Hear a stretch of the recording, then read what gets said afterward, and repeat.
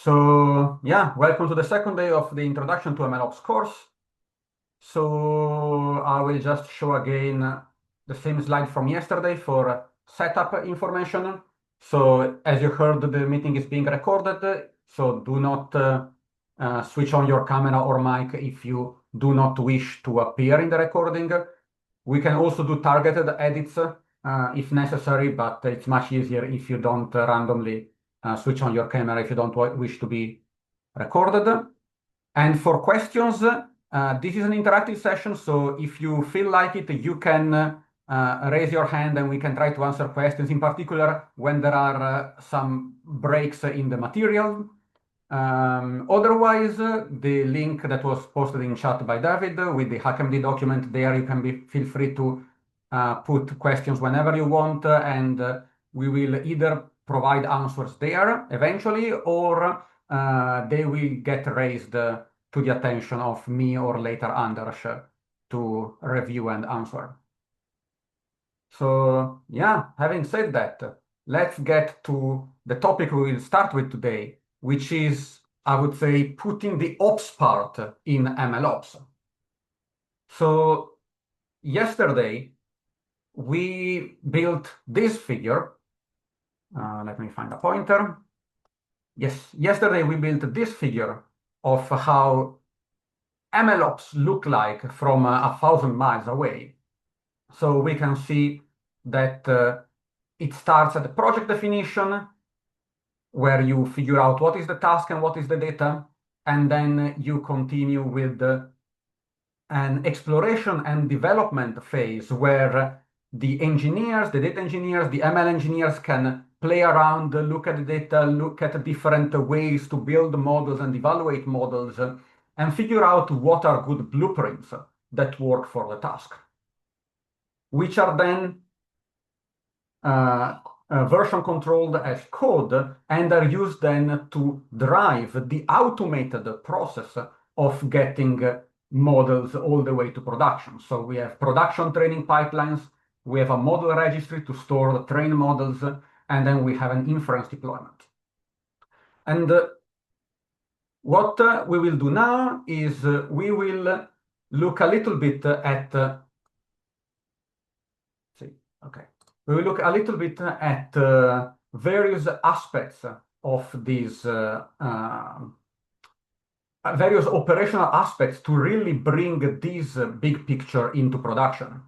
And later on today, we will hear more from Anders, similar to yesterday, about specific components and specific tips and real anecdotes from how to really work with individual components. But let's first look at these operational aspects. So what I want to cover today with you is how do we build reusable systems across ML projects, how we ensure reproducibility and consistency, how we do versioning and lineage tracking and why this is important. We will talk a little bit more about the model registry, about how to handle different software environments and data access scenarios. We'll talk about feature store and then later about how do we do deployment, monitoring, and automated feedback through the MLOps workflow. So yeah, let's start with the first topic, reusability. So the MLOps picture that I showed you, in this picture, most things are not dependent on your specific use case. They are instead generic structures for any MLOps project. And therefore, a key goal is to be able to scale to multiple projects and be able to really be efficient in following always the best practices. The goal is to be able to reuse the same template across all of your ML projects. However, one key thing I need to mention here is that it's not possible for me to provide you an actual code template that will work everywhere, for the simple reason that a lot of small things depend on what infrastructure provider you use, so where you run your code, and what tools you use for different components, from the model registry to version control to how you do interactive coding. So it's not possible to provide a single universal template, but it's possible to build a template that works for your specific infrastructure provider and your specific tool choices across all use cases. So if we look again at the picture, what we see is that we effectively have three different environments where we are building or running models.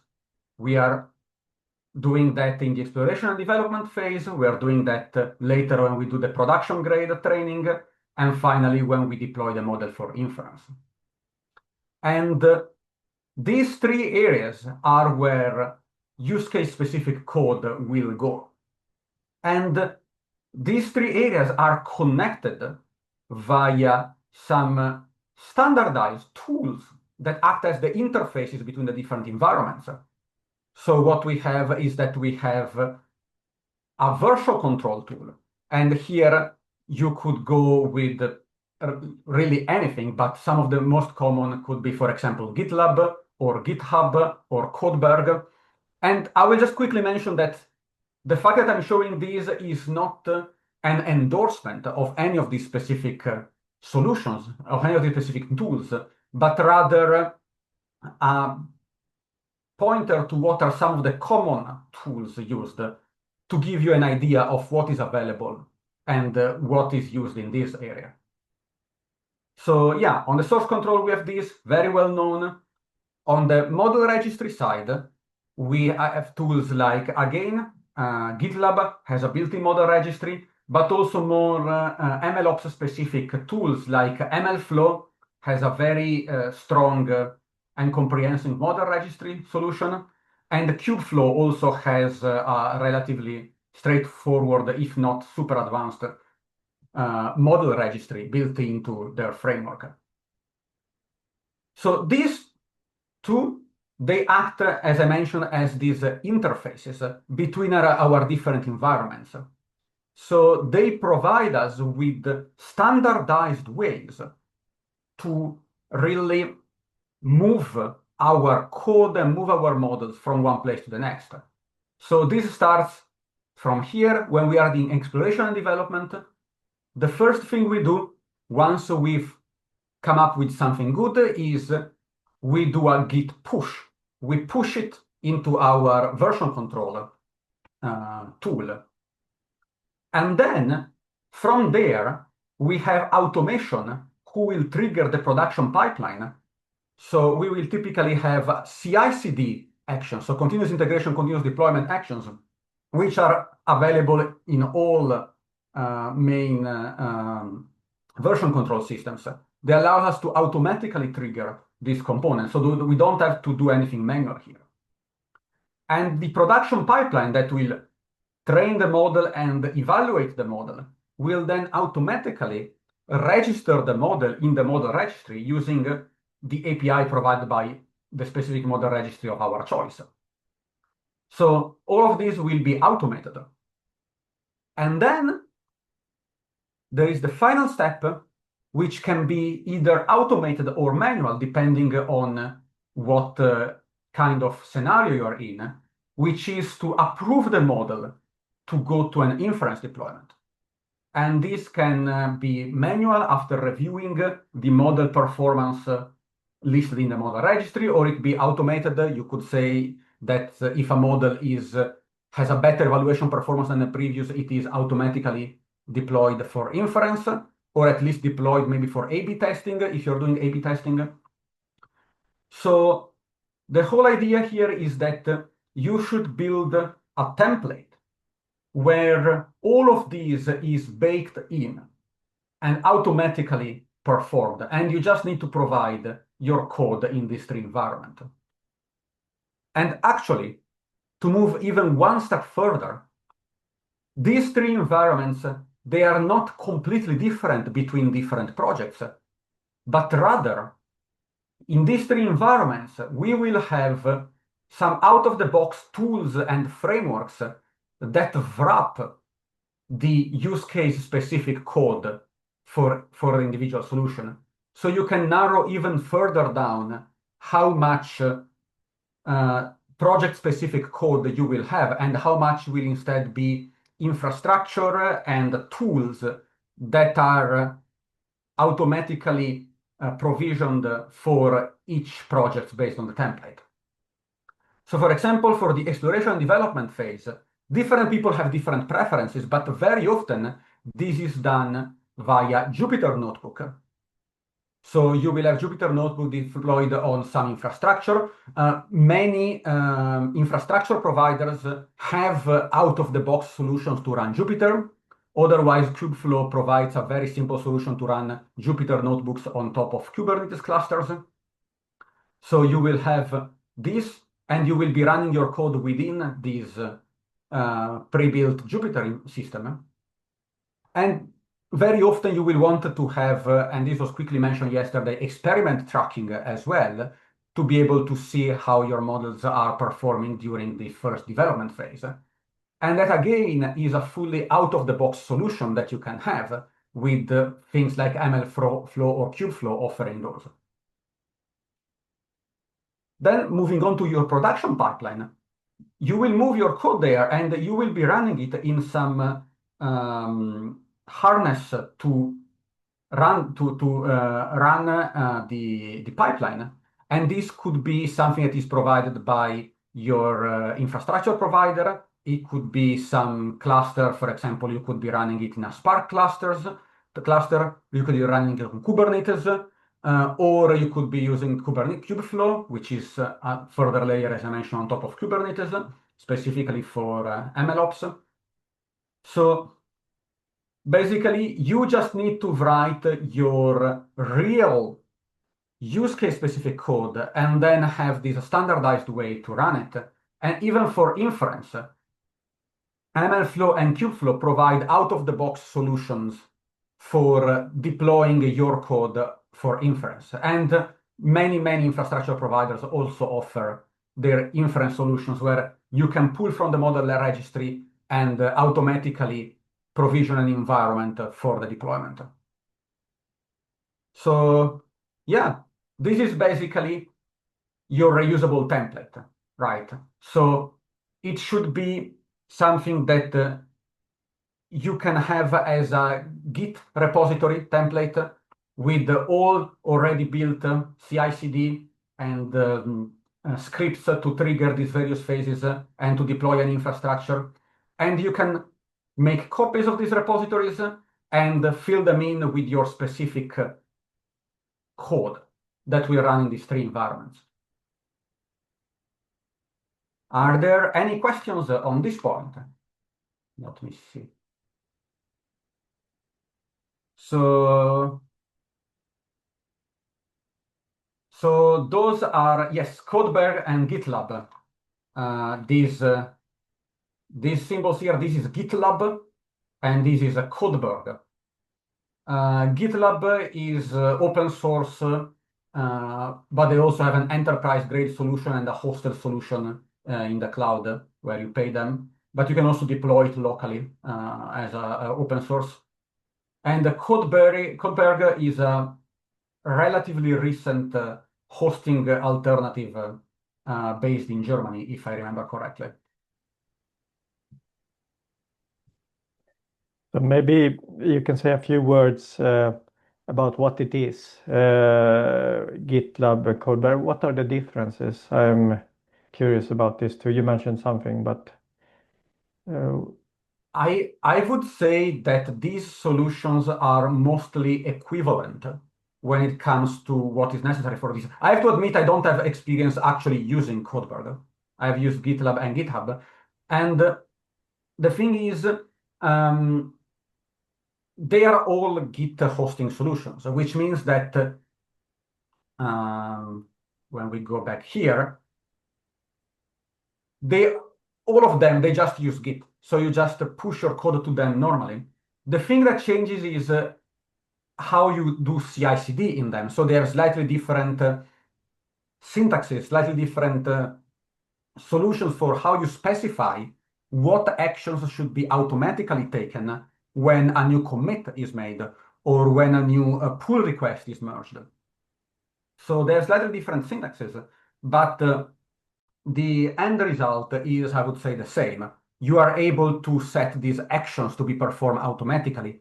And this is a core part of DevOps, to automate the process of bringing things from your machine all the way to a development and testing environment, and then all the way to production. And in the MLOps flow, they play an important role to move from the exploration environment to the production environment. So that's the CI/CD actions is where the automation starts. From this point on, humans should not be involved that much. Human involvement should be minimal. Humans work here, they push things into Git, they merge them into specific branches depending on the situation, and then that will trigger automatic training of the models in production and automatic deployment if necessary. So yes, I was here. So yeah, this is the reusable template with these 3 boxes of code that we need to write, which provides me a good opportunity to move to the next topic of reproducibility, because now you have 3 different environments where your code must run. You have 3 different environments when your model must run.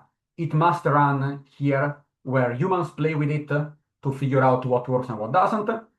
It must run here for training and evaluation, and then it must run here for inference.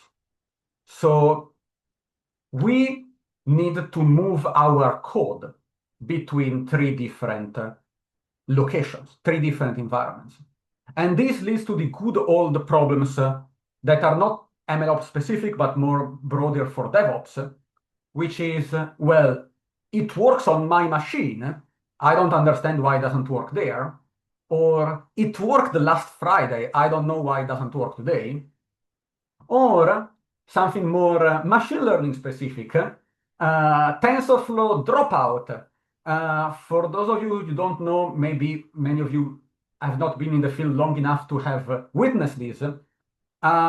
This line of code does 2 different things, depending whether you're using a TensorFlow version 1 or version 2. So TensorFlow is a library for deep learning. And in version 2, they changed the meaning of this second parameter to the dropout function, so that the code no longer does the same thing if you move it from version 1 to version 2 without changing this line. So yeah, these are the sort of problems that always happen with software development. And therefore, the first step to achieve reproducibility in our MLOps pipeline is to learn to move code properly. And as I mentioned, this is no different than any other software project. You should use containers, or you should use isolated software environments. Those could be, for example, Conda environments. If you're working with Python, it could be Conda environments, it could be UV projects, or it could be people via virtual environments, virtual env. So ways that enable you to isolate your dependencies and specify these dependencies via requirement files. And even better, in addition to the requirement files, also have log files. So the difference is that a requirement file lists which dependencies are directly needed by your code and which versions of the dependencies. So for example, I need TensorFlow version 2.3. I need NumPy version 3.14. And the log files, they go even deeper. These are automatically generated by some tools. And what they will do is that they will then compute what are the transitive dependencies and lock the specific version of each dependency in your code. And then you can bring these into your version, into your version control system, into your Git, so that when you actually need to take the code that you worked with in the development environment and move it to production, actually you are not building a new environment from scratch, but you're building a new environment starting from these requirements or even better log files. So you are sure to build an isolated environment that has the exact same set of dependencies so that you will not run into version mismatches or any other issues where the code simply does not work because of some dependencies or some other environmental reason. But the thing is, this is not the only difference between these three environments. There is another big difference that makes this moving code a little bit harder. And that is the fact that very typically, the exploration and development environment is an interactive environment. I mentioned Jupyter Notebooks. Very often you want to play around with things. You might use notebooks. You might work interactively. But then, at some point, when you want to move this to these production pipelines, then and to the inference deployment, now you need the scripts that can run automatically and not the things that you needed to manually trigger line by line. So you have this friction where you need to move from this interactive exploration to these automated scripts. And the idea here is that you can, or rather you have to take, you can use the exploration phase to really try out a lot of things in an unstructured way. But when something needs to go into Git, when something needs to be actually moved to production, because it's a, let's say, a winning approach or an approach that has a good potential to work and you want to test it in production, then you need to modularize it. You need to bring it out from notebooks and into well-defined functions that can be called from main scripts. And a key question and point for friction here is, when do you do this transition? So if we go back, I mentioned that this first environment is interactive, the others are not. However, there are many tools and many infrastructure providers that offer solutions for this that will enable you to actually run interactive notebooks in a non-interactive way in production pipelines. So if you have a training notebook that works here in the exploration phase, you could just commit that, and in some cases you might be able to run it cell by cell in your production environment, even though it's a non-interactive environment. However, this does not really solve the problem because you will not be deploying that same training notebook in the inference endpoint, because there you want to deploy an inference script, which is a different thing. So you will have to go through this transition at some point. And the key thing for this transition is to keep in mind the core principle of DRY. Do not repeat yourself. Do not have the same piece of code appear twice, both inside a notebook, because that's where you use it for exploration, and somewhere else where you put it for in a normal code file for your production pipeline. Because if you do that, there is an extremely high chance that they will go out of sync and they will not match with each other. And you will run your notebook in exploration and see one result. And then when you go to the production, it's running from the other script and it gives you different results. So the key point is modularize, but never copy. Move data, refactor data, move code, refactor code, but do not duplicate it. And this actually leads to my next point, which is we are not just moving code. We don't just have the problem of having to make sure that the code and the environment for the code matches. We are also moving behavior and artifacts. And what do I mean with moving behavior? Well, let's see with an example. Let's say that we want to predict, I don't know, fuel consumption of some vehicles. So during training, we might have some data that looks like this. We might have a table in some database with the vehicles, which model they are, where they were at a certain point in time, what fuel level they had at that point in time. And therefore, we will have some function to load our data for training, right? It will connect to the database, it will fetch the table, it will maybe rearrange the data, do some feature preparation, right? Extract the relevant features, normalize them and whatnot. And we will train a model for this. And then we want to deploy this model for inference. And let's think for a moment.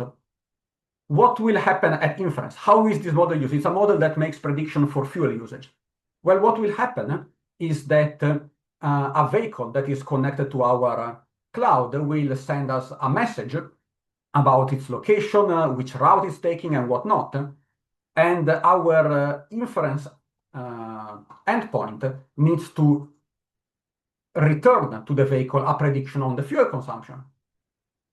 So we will get a message from the vehicle that might look most likely something like this, maybe a JSON payload with some timestamp, vehicle ID, possibly not vehicle model, some location information in some format. Then the fuel level will be called fuel and will be inside a status subfield. So the data contains basically mostly the same information or equivalent information, but it's structured in a totally different way. And so the obvious thing that we might want to do is that we might want to have a process vehicle message function that will take this JSON message that we received from a vehicle and turn it into the set of features that we need to feed into the model for inference. However, if we do this, we bring this problem of how do we keep these two in sync? And this is not just a matter of repeating the exact same code. Now it's a matter of repeating the same functionality when we have different starting points, different data shapes, different data formats. And so here it's again very important to modularize and do not repeat yourselves. So minimize the amount of separate work. So have separate function only for the very first step of getting the data, but then make sure to use the exact same processing for all follow-up steps. So if you need, for example, to normalize the fuel level, don't have it separate normalization code in these two functions. Have a function that takes over after these two and that performs the normalization for both. And this very neatly leads to the next point, which is we're not just moving code and behaviors, we're also moving artifacts.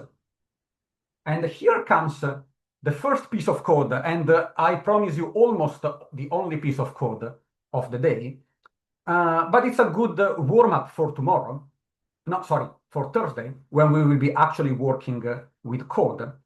And what this is a very simplified example of a production pipeline where we are using scikit-learn. So we are getting some data from our database, and we are using scikit-learn to build a model.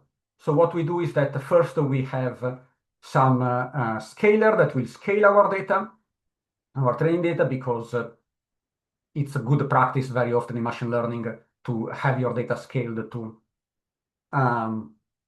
simple range so that you don't have too many outliers and you don't have different features having very different dimensionalities. This is beyond the scope of this course. But then after you prepare your data, then now you build your machine learning model and you fit it on the data. So this is where the training actually happens. So this is just basic sklearn code. And then after you train your model, you will typically go and do evaluation, blah, blah, blah. And at some point, you will say, okay, now this model, I want to register it in the model registry. Because I trained it, it should be versioned there. So I will send the model to the model registry and give it a name in the model registry. I will call it my model. And this is great. And now the model is in the model registry and I can use it. So in this case, continuing with MLflow. So here we use MLflow as the model registry. We will also use MLflow for serving the model. And once you have a model in the MLflow registry, it's very easy. MLflow gives you a simple command line command you can call MLflow models serve. And this will enable you to serve a specific model from the model registry. In this case, the model we call my model, and let's pretend that it's version 1, because it's the first time we do this. So we could have also not specified a version and we would have put the latest. So yeah, this is great. We put our model artifacts in the registry and we used it. Except that this will give the wrong results. This will not produce in inference the same output that would have produced here in the script. Why? Well, because we put the model in the model registry, we are serving the model, but we completely forgot that the model is expecting data to be scaled. And the data that is sent to us by, I don't know, the vehicle will not be automatically scaled to the correct values because the scaling is done dependent on data.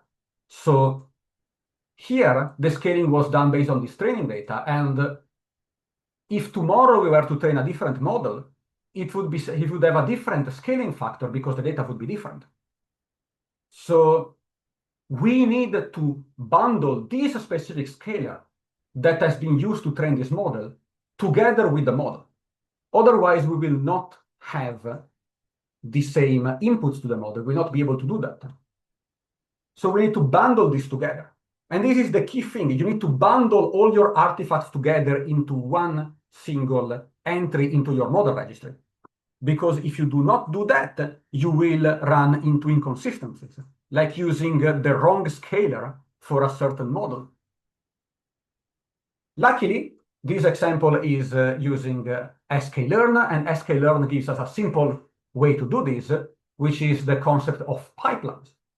So we can create a pipeline that combines our scalar and our classifier.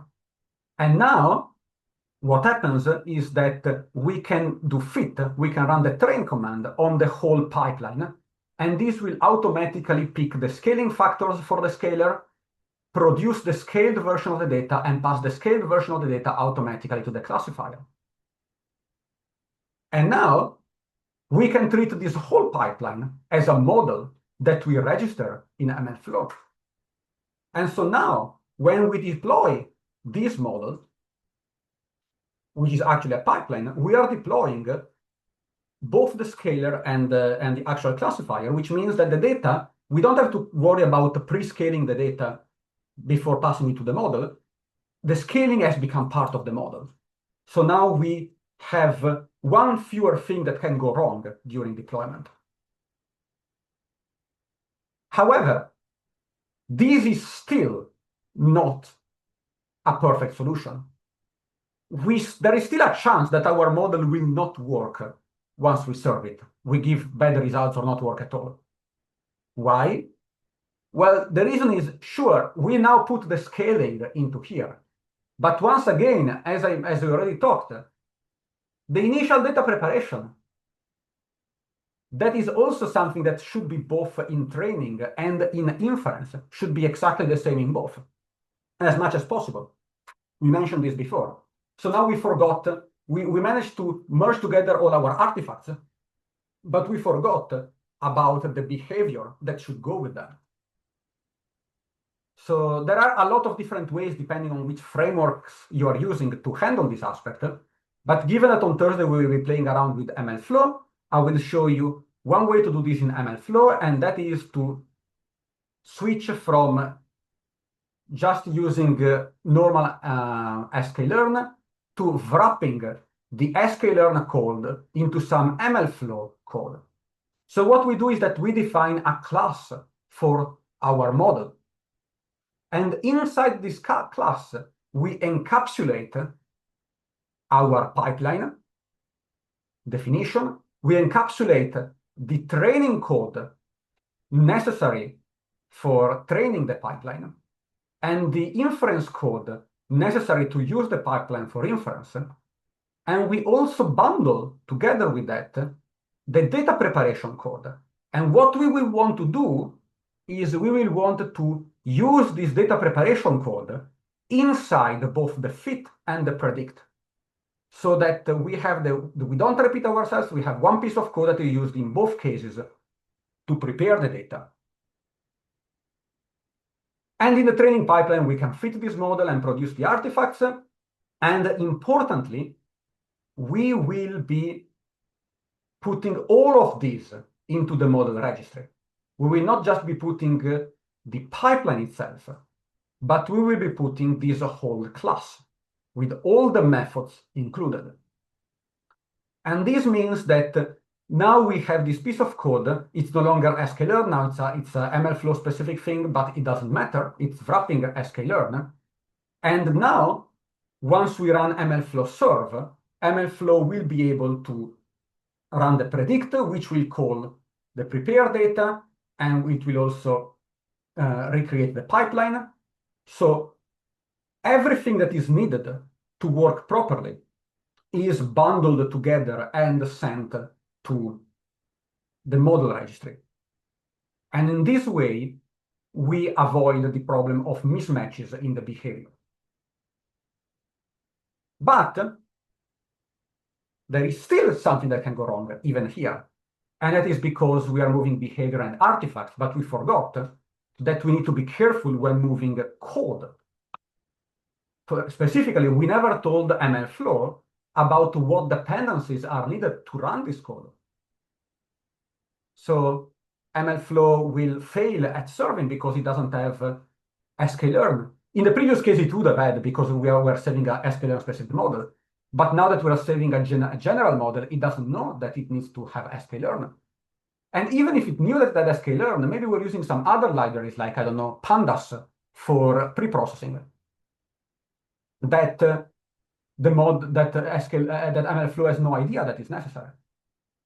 So what we actually need to do in addition to this is, well, we keep the same code as before, but now we need to tell MLflow to also take care of our dependencies. And luckily in MLflow, this is very easy. We can tell it to infer code paths, which means we can tell it, look at the code, and look at what libraries I'm importing from the code, in the code, and what libraries are being recursively imported by those, and keep track of those. And if we're using UV as the environment manager, then we can specify the path to UV, and MLflow will automatically use the UV log file to figure out for the dependencies which versions should be used. And all of this information about which versions of which dependencies are needed will then also become part of the information that is stored in the model registry. So now with this, we capture everything. We capture the code and the dependencies of the code in the model registry. We captured all the behavior of the code, all the necessary preparation in the model registry, and we bundled together as one all the different artifacts from all the different components. It could be the final classifier, it could be any scalars or normalizers before that. And in this way, by bundling all of this together, we avoid a lot of the issues that can arise. So, takeaway on this very long part of the lecture: how we achieve reproducibility and consistency of our code across environments. Well, we want to use isolated dependency environments with explicit requirements or log files to be able to avoid the dependencies issues. We want to write dry code, do not repeat yourself, so that we can have unified behavior that is easy to move across environments. And we want to store everything together in the model registry, the artifacts for all the components that are trainable, all the data preparation code that will be necessary during inference as well, and all the dependency requirements, so that we don't have any mismatches. So, yes. Any questions on this? Yes.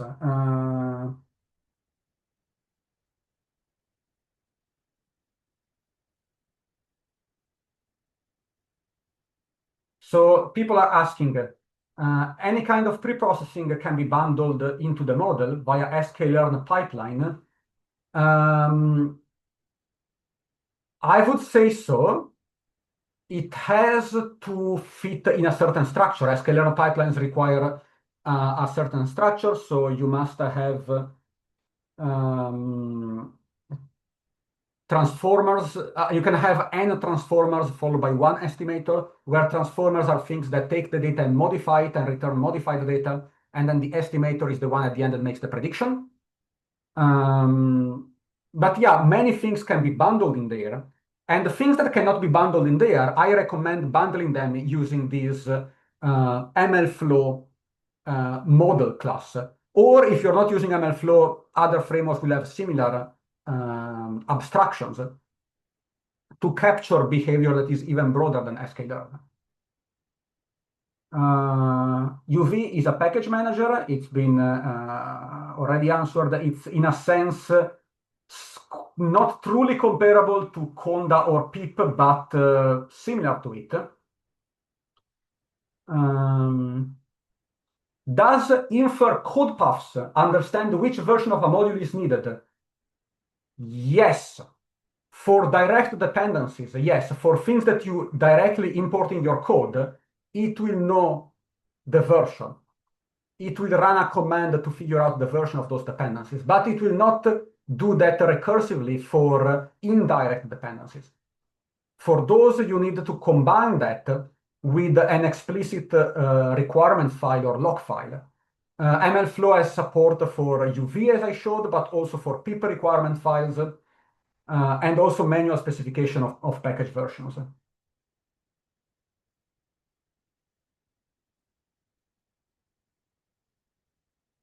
Someone is asking if we're using isolated environments with explicit dependencies, why bundling the info about dependencies is needed? Because the dependencies will change over time. So what happens is that you don't hard code the dependencies in the environments. The dependencies are, for example, let me go back to a slide. Let's go to this slide. You have some dependencies here that you figure out, oh, I need pandas for this. Let's install pandas. Oh, I need, I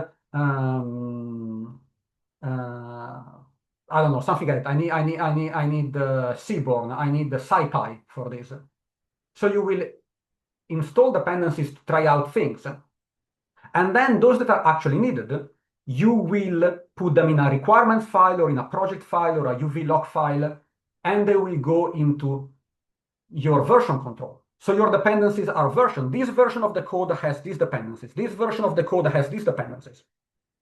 So when your production pipeline is triggered, it will fetch a specific version of the code, and it will install the dependencies for that version of the code in an isolated environment. So the production pipeline does not have pre-built set of dependencies in it. It will gather them each individual time based on what specific commit of the code is running.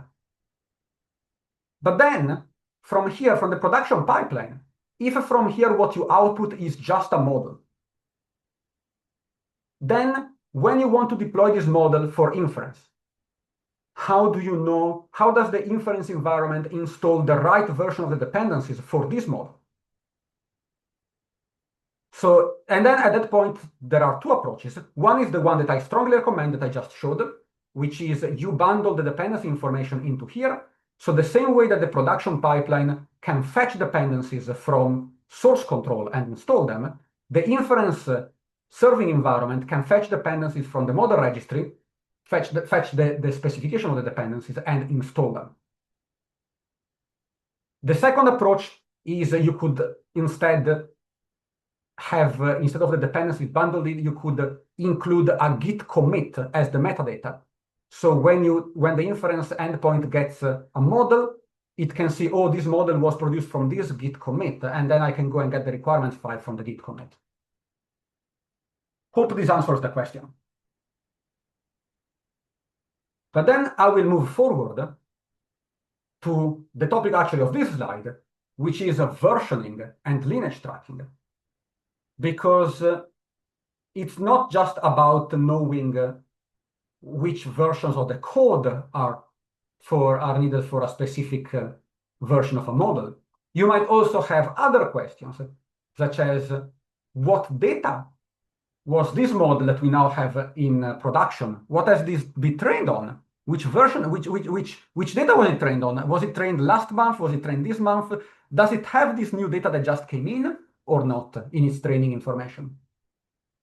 Or we might look at a model somewhere in the model registry or in production and say, this model that has been registered here, it has been registered because we went through some hyperparameter tuning, and this was the best set of hyperparameters, so we registered it there. But what kind of hyperparameter tuning did we use?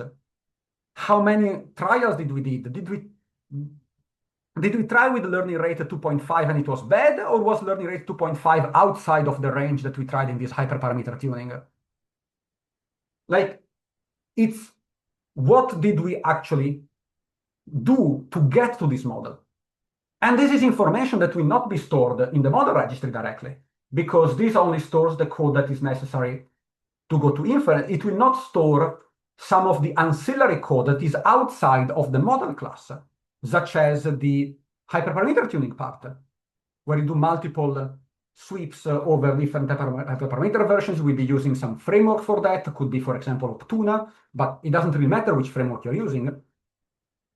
You will do a lot of those trials, and you might want to know which trials you actually did when you created this model. So how do you get this sort of information? Well, this is where versioning comes in. So you need to version everything. And luckily, you have tools that will do that for you. The model registry will automatically version every model that you send. You can submit multiple models called my model, and they will get different version numbers. Same as to what happens with code. Every time you submit code, you get a unique commit hash for that specific for that specific version of the code. And it doesn't matter if you have different branches and rename them or merge them. You will be able to go back to each specific version of the code no matter in which branch it was, no matter if there were any merges or anything. And finally, and this is a little bit of a point I will talk later, data versioning is also something important, because data changes over time as well, not only code and models, but data also changes. So which version of the data did you use to train a specific model? So version everything and ensure that you can track lineage, which means that you can go back and move from one version number to the other. So from the model in the model registry, from a model for a specific model version, you can figure out which code version was used, which data version was used, if possible. So yeah, as I mentioned, your version artifacts will only embed part of the code. And if you want to be able to see all the code, to be able to know how that model version was created, you need to link back, have this lineage tracking, link back from the model version to the code version, and then to the data version, so that you can know which data it was trained on. And additionally, something that is very easy to forget, metadata, such as random seeds. If you have random seeds for initializing model weights, or you have random seeds for hyperparameter search, if there is any random component, that random component needs to be controlled and logged. So it must appear in the metadata, typically in the metadata for the model in the model registry. So do not rely on the system picking random numbers. Set explicit random seeds and store them. You can generate the random seeds randomly, but store the random seeds so that you have deterministic outputs and you are able to fully replicate what happens. So effectively, I should be able to point to a version in the model registry and say, I want to reproduce that. And I should be able to do that. I should be able to pull the exact same version of the data, the exact same version of the code, and initialize everything with the exact same seeds, and get the exact same result once again. And this is the full reproducibility. It's very hard to achieve, but it is the goal that you should strive for. But the reason it's very hard to achieve is mostly because of data versioning. Data versioning is a challenging topic, and it's not just about MLOps. It's a much broader thing in general in analytics and big data processing. How do you version your data and track your data across different transformations that you perform on it?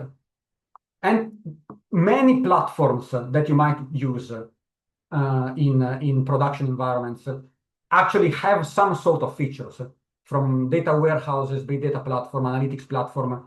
They will have features to figure out how did the data look 1 week ago, and also maybe in some cases what transformations were performed to create this data.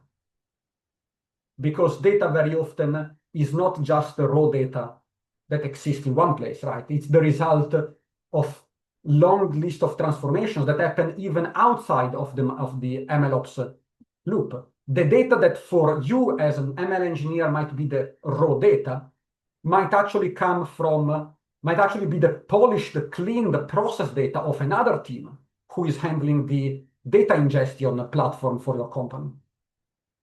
So yeah, there's a lot of there to be said and done about data versioning and lineage.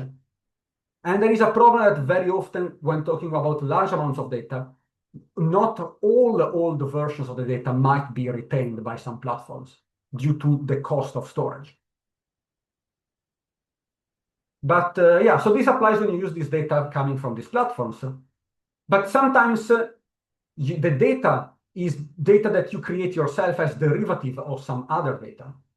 So there is some data somewhere, and then you have some pipeline outside of your MLOps journey, of your MLOps process that creates the data, prepares the data. And if you have something like that, then you should absolutely extend what we've been discussing about storing code and data version information to these pipelines, even though they are technically outside of the MLOps project. And in some cases, there are some tools that can help you, depending on how your data looks like and how it's built. You can treat your data a little bit like a Git repository with different versions and commits and branches. And one tool for that is called DVC, data versioning something. You can look it up online. It's a very interesting tool that can be used sometimes, especially when you have data sets that you produced yourself, for example, through synthetic data generation. Any comments on these?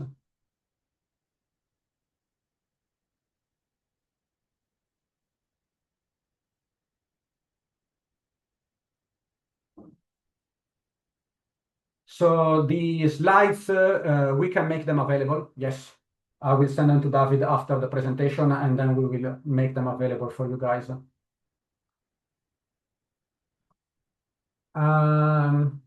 Yes, but then let's move on to the next point, which is the model registry. Because right now I talked quite often about the model registry, this component here, about a lot of things that it does and a lot of processes it is involved in. And I just want to spend a couple of minutes to recap what it is and what it does, and open for questions as well on this. So yeah, the model registry sits here as an interface between training and deployment in a similar way to how your source control sits between your exploration and your production training. So in a sense, it has a similar role to that. And you can think about it as a sort of Git for your model artifacts. Although it's not an exact match, it's not exactly the same.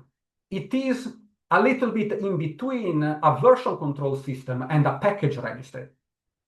It's a version control system in the sense that it enables you to version things and have different branches for your for different versions of the model based on the naming conventions. But it's also a package registry in the sense that it's not just code and it doesn't have a clear sequence. It's not that it's not like with the code where one commit is a delta change from a previous commit. It's more like a package registry in the sense that each version is actually a fully independent unit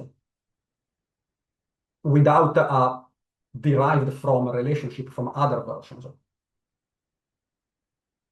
But similarly to how you should use your source control, your version control, even in the model registry, there is an idea that everything goes in, but only some things get out. And what I mean by this is that you should automatically push to your model registry every version of your model that gets output by the training pipeline. The same way that you should push to your Git every single working version of the code that you create. Git push a lot. Git commit and Git push as often as possible, let's say, or as often as makes sense. And similarly with the model registry, there is no harm in having a lot of different things recorded in the model registry. But only a few things get out. So when we talk about Git, not every commit will possibly result in a CI/CD action to train a pipeline. Maybe that only happens on certain branches. Maybe that only happens on merge requests and not on every individual commit. And that is similar to the model registry. Not every model that gets registered into the model registry will end up being deployed for inference in production. It's not necessary to be that way. Only specific models might go into inference, those that are maybe tagged or named with a certain convention scheme that indicates they've been cleared for use in production. And so, similarly to how when you use version controller, you will have some workflow, some processes for how you use it, how you should name your branches, what are the requirements for making a pull request, when should things go in a certain branch, when should CI/CD be triggered, in which branches. Similarly, you need structural processes in your model registry to handle this workflow of deciding which models will go and be sent to production. And these can be partially based on humans manually approving what models should be sent to production, similar to how you might have reviews to approve merge requests. But in other cases, it can be fully automated.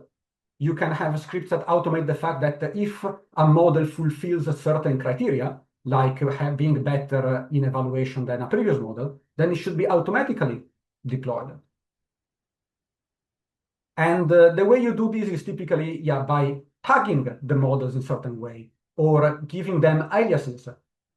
So you will have my model v1, v2, v3, and so on, and then you will have my model prod, which can be an alias for whichever version should be deployed for inference, which may not be the latest version, again, if the latest version turned out to not perform so well.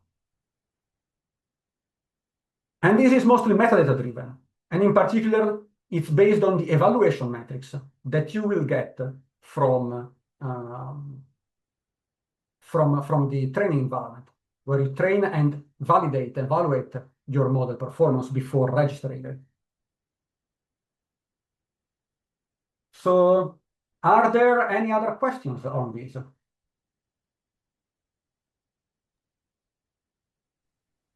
I see that there is a question in chat, which is when is tuning done?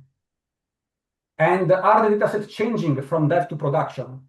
When is tuning done? I can answer now. Tuning is done both in exploration phase, but also very often in the production pipeline. So very often you will do some tuning, hyperparameter tuning in the exploration phase, development phase, to get an idea of what tuning techniques seem to work well, and what sort of what are the broad ranges of values that you should search, what is your broad search space. But very often, because hyperparameter tuning can be a slow process, you don't want to do a lot of that in exploration. Exploration should be fast, very iterative, very quick.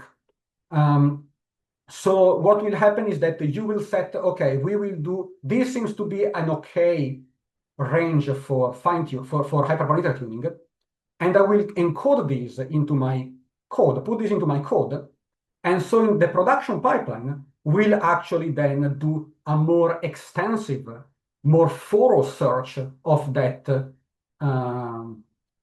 tuning space using more parallelism, maybe more attempts in parallel, because you will be running that on bigger production grade resources.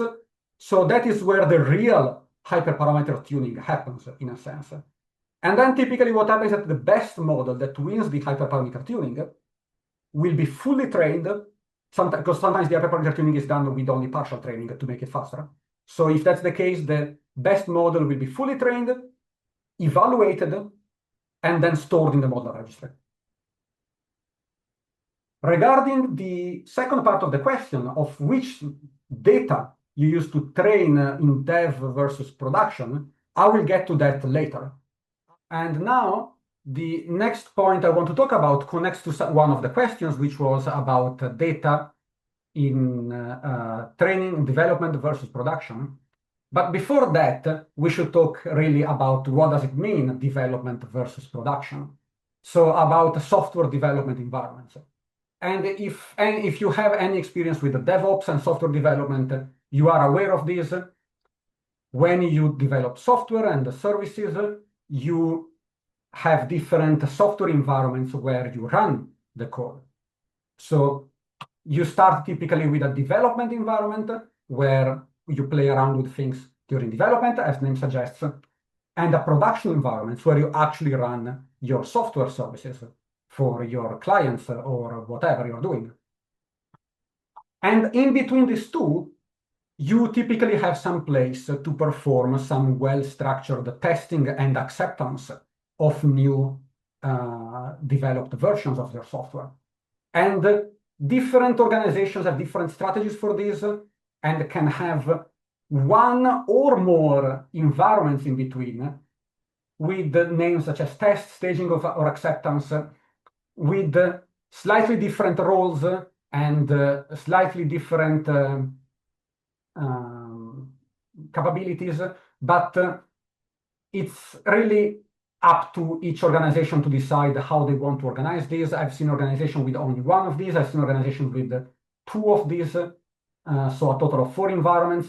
I don't think I've ever seen anyone have all 3 of these, but I assume that could be possible. So, and really what the difference between these environments is in what their role is, what should the code do in these environments, and therefore what permissions and what sort of access is available to these environments and to resources within these environments. So to simplify things, I will now just assume that we are working in this setup where we have a dev environment, a staging environment, and a production environment. And the question is, in our MLOps flow, how do we map our MLOps flow and components to these DevOps style environments? Well, there is absolutely no doubt that our exploration and development, where humans are involved, running notebooks and so on, should happen in the development environment. That is the only place where humans should be actually actively involved in doing things in a non-automated way. And there is also no doubt that we want to serve our model for inference in a production environment. That's where any production workload should be. This is something that is doing something for us. It's our product. It should be in the production environment. But then one could raise the question, where do we put our training pipeline? And here I'm calling training pipeline. This is a bit of a sleight of hand on my side. Until now, I've always called this a production pipeline, not a training pipeline. But that was pushing it a lot towards the production environment. And here I want to keep it more generic. Where do we do this training? This model training, which is the one that should then lead to inference, right? So that's, in a sense, maybe one should say, yeah, this should happen in the production environment. However, one could also argue that if you are not retraining your model so often and you don't have a very frequent automated retraining, but it's more something that happens once in a while because your models don't get outdated very quickly, being able to train the model is not as operationally critical as being able to have the model running for inference. So maybe they should not share the same environment because they have different characteristics. One is a burst job that happens every now and then, and if it gets delayed by one day, maybe it's not a big deal. It depends. In some cases it is, but in some cases maybe it's not a big deal. But the inference deployment, if it doesn't run for one day, it's a big issue. So should it have the same environment or not? I've seen people have a separate environment. I've seen companies have a separate environment that is specifically only for training models, and it's not part of the standard distribution of DevOps environments, for example. So this is kind of an open question. I don't have one answer fits all for this. But I can throw in a wrench to further complicate things, because now we are not using the staging environment in this diagram. But clearly we should use it. And the way we should use it is that, very simple, if we have something running in production that serves our customers, like an inference endpoint for our model, we should test that in staging before, whoops, that was not supposed to appear now. Well, we are supposed to test it in staging first. Because otherwise there is a risk that it will not work. Like even just when you deploy a new model version, you might want to deploy it first to an inference endpoint in the staging environment that doesn't actually serve external clients, but serves some fake artificial clients internally for testing before you promote it to the real production environment. Why? To catch any issues with moving behavior, as we talked, because maybe you didn't really have the same code for pre-processing the training data and the inference data. And then you can catch that maybe when you try to do the inference in the staging environment instead of catching it in production, which would be bad. You should not catch any bugs in production. So yeah, and at this point, if you have two inference endpoints, the question is, how many training pipelines do you have? Do you have one training pipeline or do you have two training pipelines? Do you have one training pipeline that runs somewhere and produces models that are stored in the model registry and sent first to the staging environment and then promoted to the prod environment for inference endpoint? Or do you have two training pipelines? One training pipeline in staging, which sends model to the inference deployment in staging, and one training pipeline in production, which builds models that are used for the inference deployment in production. If you go with the first one, as I mentioned, you have one training pipeline, you train the model once, and then you promote it via the model registry. In the second case, what is happening is that you don't promote it in the model registry, but you create a new model from scratch in the model registry by promoting the code in the Git. So you push the code to the staging branch, and then it will create the model in the staging branch. And then it will, so I can show it here. So you try some code here, you commit it to staging branch, you run the production pipeline in staging, it goes into the model registry for staging, gets deployed in inference for staging. And if the staging inference goes well, then what you do is that you take the same code and now you merge it into the production branch, which will run the production pipeline in production, build basically the exact same model in the model registry for production, and deploy it for inference in production. So that is the two pipelines. The one pipeline, on the other hand, what happens is that you put the code here into a branch. At this point, it's not a staging or a production branch. At this point, it's a main branch that accesses both of those. It gets picked up, trained, and put in the model registry. And in the model registry, it might automatically be tagged for staging inference. And if everything goes well, you can then retag it for production inference without having to redo the production pipeline. And you might say, well, why would I run the production pipeline twice, the training pipeline twice, in staging and in production, if I have if the code doesn't change? If I'm gonna run on the same training data and it's gonna produce the exact same model output, why would I run it twice? And this leads to the point of data access. Because yes, maybe the approach with one pipeline works best if the data is the same, but very often different environments have different data. And the reason for that is a reason of policy. Very often real data is locked in production environments or sometimes some form of acceptance environments because it's sensitive data or it's business critical data. And so the organization wants to limit how it can be looked at by people. And if you put all the data into dev or even test environments, sometimes people can see it too easily because it's good for people to have permissions to see things in development for debugging. So what often happens is that in early environments like dev and sometimes test, you might have data that is anonymized or that is sampled, so it's only a subset, or both. Anonymization for handling the sensitivity and sampling very often just to handle volume, to avoid having to duplicate huge amounts of data, and to make sure that tests are always run on limited resources. So you might end up in situations like this. And then here, the point is, well, you might need to have two pipelines because maybe you first do the training in staging on whatever data is available to staging, which might be limited.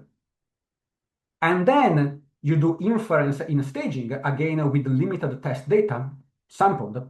And if that goes well, then you can move to production, where you will actually be able to train on all the data and then do inference on the actual user data. So this is something that can happen, and it's a reason for having two different pipelines. And this is very organization dependent. And continuing on the point of data access, a very interesting question is, what data should I use where? And this is not about whether you have access to the data, but it's about data splits. So Anders yesterday talked about splitting your data for training, validation, and evaluation, and when should you use which data to do things. So what will happen is that, as we mentioned, during the exploration and development, we might be doing, we'll be doing exploration, of course, and some exploratory training, and also some exploratory hyperparameter tuning. So we will need a training split for the training and a validation split for the hyperparameter tuning. And then once we go to actually training the model through the automated pipeline, then we will have there to train the model, of course, we might have some hyperparameter tuning there as well to pick the best model. But then additionally, we also need, after we have a winner model from the hyperparameter tuning, and we want to register this winner model into the model registry, the question is, well, we need some data then to assess the final performance of this winning model from the hyperparameter tuning. So we need some sort of test split for the data. And now I am writing this down here like this, but this is very much something to think about rather than something to take as a correct answer all the time. especially because these combines with what I mentioned previously about having maybe only subsets of data available in exploration and development. So the splits that you have here might not be the same splits that you have access to in the production pipeline. So maybe here it's more ad hoc.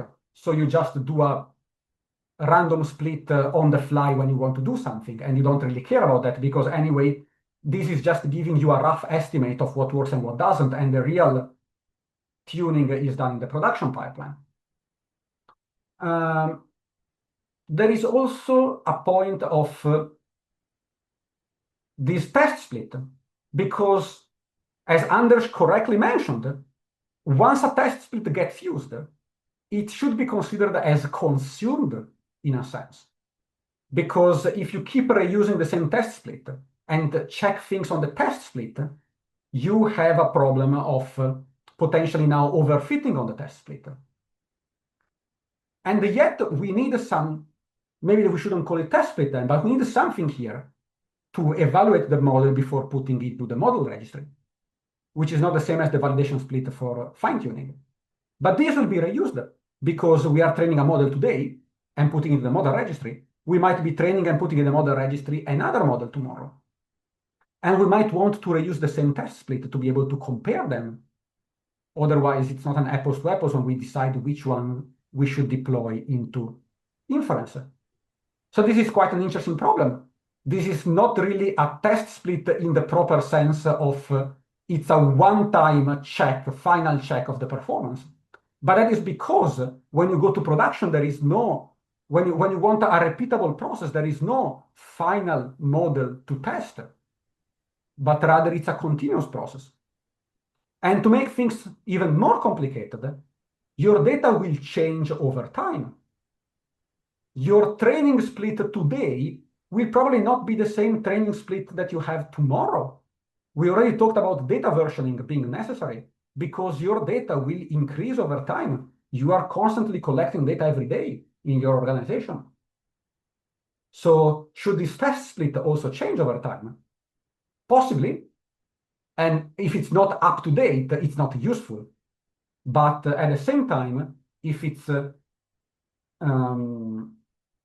different from what you used yesterday, then it's not a good point of comparison. So this is quite an interesting, and there is again no good answer. I'm not here giving perfect answers for these problems, but just things that you should think about when you consider how to split and use your data in the different phases of the MLOps process. Let's see, I'm pausing to see if there are any questions in chat.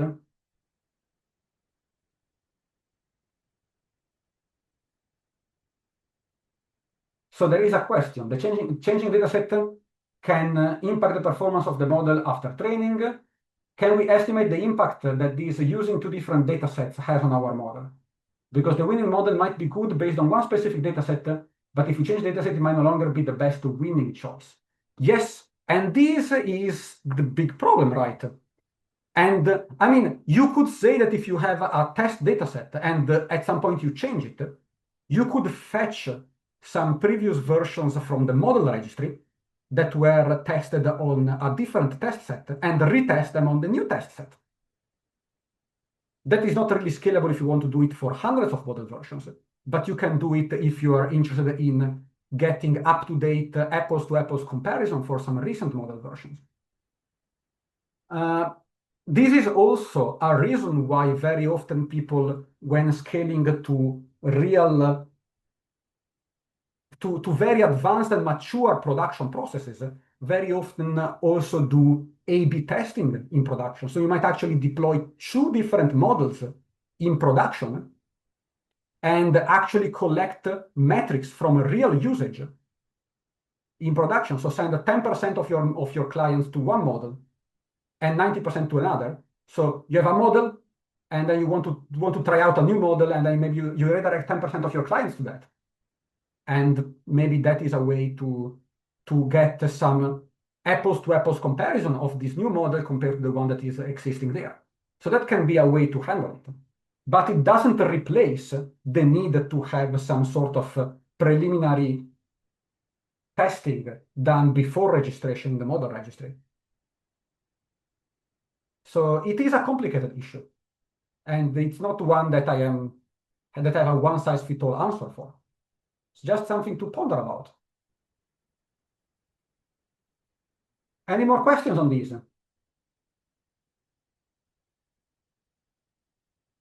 If not, I will switch to the next point that I want to talk about, which is the feature store, something that you might have heard about because there is in certain areas of MLOps, there is quite a push for incorporating feature stores into the MLOps process. So what are they and why are they needed? Well, the why can be seen with an example of let's say that we wanted to detect the credit card fraud. So we might have people who make purchases in certain shops, and we want to have a model that can predict whether these are fraudulent or not. And the problem here is that, well, if you look at this table, you can't know. There is no information in it. If you look, when you get a transaction, Alice spent 29 euros at Amazon, there is no information here that can tell you if this is fraudulent or not. The only way to know if this is fraudulent is to compare it with other purchases. Does Alice spend this amount of money typically at Amazon? Does this look like a proper Amazon purchase? Is this happening at a reasonable time of the day for wherever Alice lives? All this information is not available in the actual data you got in. This is information that you need to bring in from other contexts. So you need to enrich your input before you're able to make predictions on it. The input does not contain all the features. The features are somewhere else. So the feature store is a component to help you manage this, to help you manage features that you need to enrich the input that you're getting from your production environment. It's an optional component that you can use in your MLOps workflow. And what it does is it decouples this idea of preparing and storing features from the usage of features in both training and serving at inference time. So without a feature store, what happens is that you have some features. This is coming in from either your training data tables or at inference is coming in from your clients. You have some processing code, you have some model training or inference code, and then if this was training, you will have some evaluation of the model before storing the model registry. If this was inference, you will be making a prediction as output. But the flow is the same, right? We actually purposefully encapsulated all of these into one piece that you can bring together with you so that you don't mess up things. But the feature store actually suggests us to do instead a split, to have two separate aspects. One aspect of turning the data into features, turning the raw data into features, and then a separate aspect of using this feature, fetching this feature from the feature store during training or during inference to do things. So for example, you could have all the transactions streaming in and going into the feature store, where you can then, your model can fetch not only the current transaction, but can also fetch statistics about the previous transactions and use those to make the prediction. And so basically this creates this separation of the flow into two flows that don't need to happen together. They can happen separately. So let's look at it. And we can see that now we have a feature store component, and we split our pipeline into two parts, a training pipeline and an ingestion pipeline. And our data processing code is now in our ingestion pipeline. And I will point out also inside the feature store, because many feature stores not only offer you the possibility of storing features, but also of computing features as a derivative of other features. So you can compute aggregates, for example. So how the process looks like? Well, during the exploration and development, you will not only work with the raw data, but you will also interact with the feature store you might fetch some features from the feature store that already exist there, or you might play with putting extra features in the feature store. And once again, at some point, you will commit some code that you're happy with in your version control. And these will automatically be deployed everywhere. So you will have aggregate definitions to be deployed in the feature store so that the feature store can automatically compute those aggregate features for you. You will have ingestion code that will go into the ingestion pipeline, which will take the raw data, compute some features, and push those features into the feature store. And then you still have your training and hyperparameter tuning code that goes into your training pipeline, and it will fetch features from the feature store and use those for training your model. And then from there, the process continues as usual until inference. But now in inference, we also can fetch from the feature stores the feature that we need for inference. So again, we get a transaction for Alice. We can fetch the aggregate of the past 20 transactions for Alice, or the time of day distribution for the last 2000 transactions of Alice, and use these to make our prediction in an informed way. So the feature store, of course, makes things a lot more complicated. You have a lot more moving components, but it brings some advantages and make it integrate pretty well with our MLOps ideals. So first of all, it enables feature versioning and sharing. So every time you create a feature, that feature is assigned a version, and if later you change the code that is used to create to produce that feature, that will result in a new feature version. So you will be able to tell what Anders was saying yesterday. Oh, 2 years ago we changed our methodology, so this column means something else. The feature store handles that for you. You can detect which feature version you're handling, and in some cases for aggregate features, you can also automatically recompute them for all historical data so that you can have the up-to-date version of the features for your whole dataset. And this also is very useful when you have a lot of different ML models doing different tasks, but requiring some shared data about your users, for example. Then you can share some commonly used features in a shared feature store so that you don't have to recompute those in every pipeline. It can also enable lineage tracking because derivative features that are produced from other features can be recorded in the system. And you can, as I mentioned, record how the different feature versions compare with each other. And another important thing is that it typically enables you both real-time and point-in-time lookup. So during inference, you can do real-time lookup and get the latest snapshot, how a certain feature looks like for the user now. But when you're training on historical data, let's say now I train the model on all the data, on all the transactions that I know if they were fraudulent or not, then I should not, for a transaction made 6 months ago, I can't get the last as context, as enrichment. I cannot get the last 12 transactions of Alice today. I should get the last 12 transactions of Alice back at that point in time. And the feature stores, very often they enable this point-in-time lookup to be able to have consistent views in your training and inference data. So I think I'm running out of time, so I will very quickly cover the last topic I have, which is that of deployment and in particular monitoring. Talking about these feedback loops that I mentioned yesterday are so important for automatically keeping your model up to date.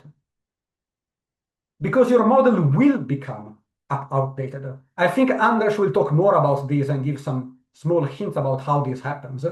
But your model will become outdated. It will not work well forever. And sometimes it might gradually degrade. Sometimes it will suddenly degrade and no longer perform that well. So you need to have extensive monitoring to catch when this happens. You need to monitor the input data that your model is getting and the predictions that your model is making. Do they match what you would expect based on your training data, based on your exploratory data? Does this make sense, the inputs and outputs of the model? But also, a different thing from this is also measuring your model's accuracy at its job, which is not the same. Producing inputs and outputs that match what you would expect from the data you looked at does not mean that the model is actually making giving correct answers to the users. And the problem with this is that very often you don't know immediately if an answer is correct or not. You don't know immediately if the transaction was actually fraudulent or not. If you reported a transaction as not fraudulent and it was fraudulent, you might find out a week later when the user realizes that it's been incorrectly charged. Or if you are recommending videos to people on YouTube, you might only know later whether they clicked on that video or not. They might even see the video, think it's cool, but not click on it now and click on it tomorrow or look it up tomorrow. So getting to know whether your model's output is correct or not is challenging. And you must have ways to do it. And you must have ways to trace when a user takes an action or when an action is taken somewhere downstream that is based on a model prediction, that has been affected by a model prediction. You must have a way to track this so that you can tell whether the model is performing well or not. So you must be able to capture this, and you must be aware of what kind of delay you have it. If I'm starting to see bad accuracy scores, when did the model actually start giving bad prediction? It might be 10 minutes ago, it might be 1 week ago, depending on what kind of prediction I'm talking about. But anyway, when you collect these, you then need to feed these into an automatic feedback loop. So when you notice the model degradation, very often this model degradation can be handled automatically.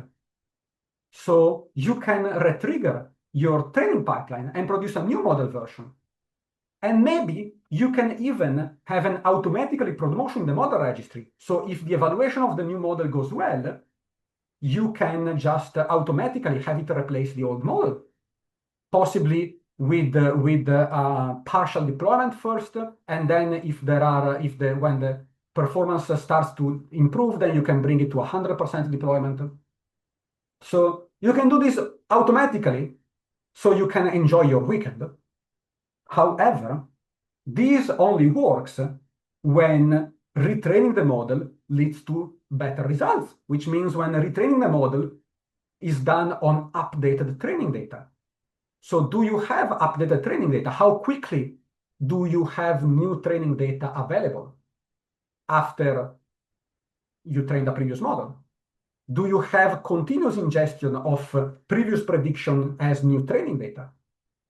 If so, and then you have a chance of this. But if your training data is frozen in time and only gets updated once a year in a big batch job, then you will not be able to do this continuous retraining.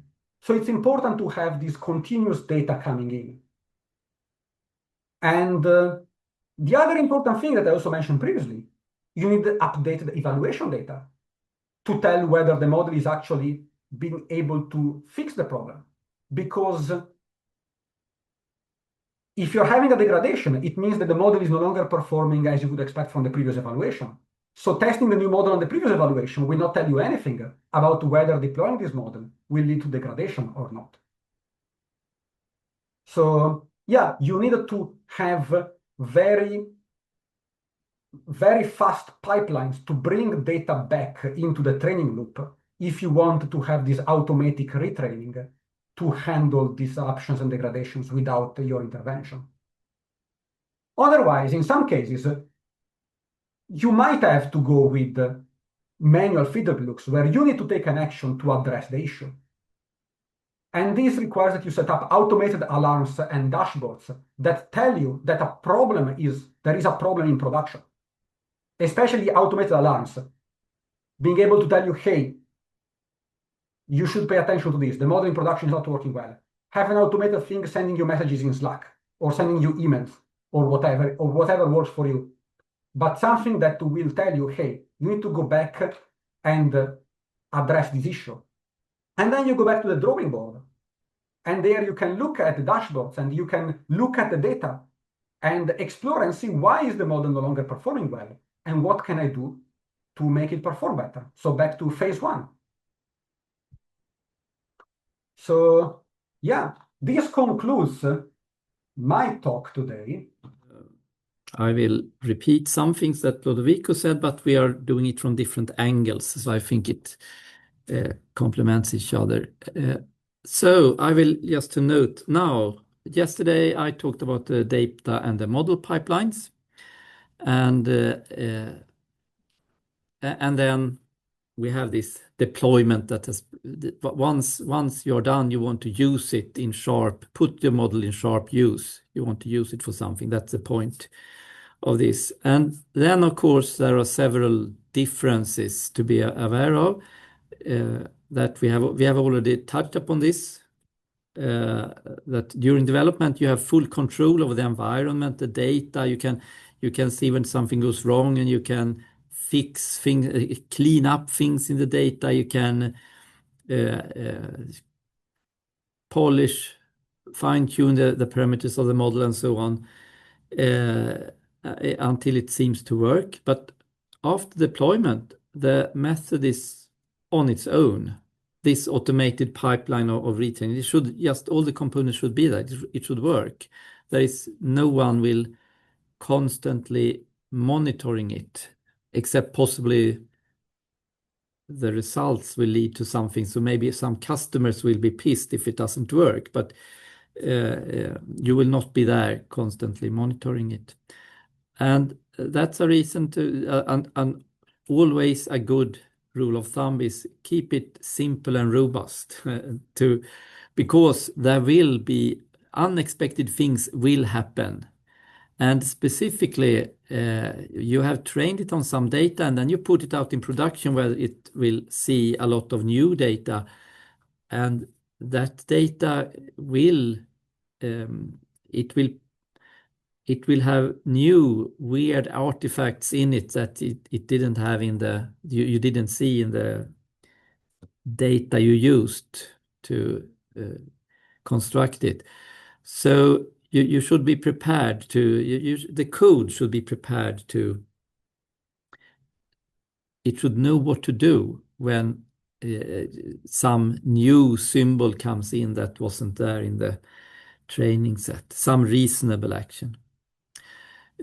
Also, I can mention there is a distinction when for us, for those of us who are in research and sometimes we get industrial collaborations and direct assignments. So then there is a real difference in how we think about machine learning in research and how one can think about machine learning in real production situations. But of course, in academia, if there is a small difference between two different methods, 68.7 or 69.3, it's a very small difference, but that is the one that matters. That is the one that makes the new method publishable. So this is kind of the fight to getting even the small tenth of percentages it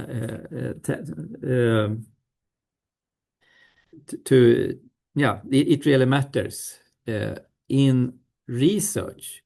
But in industry, in real applications, first, okay, on the one hand, if you try to sell a method to industry which has a performance of 69%, it won't fly. I mean, how could they use it reliably to customers?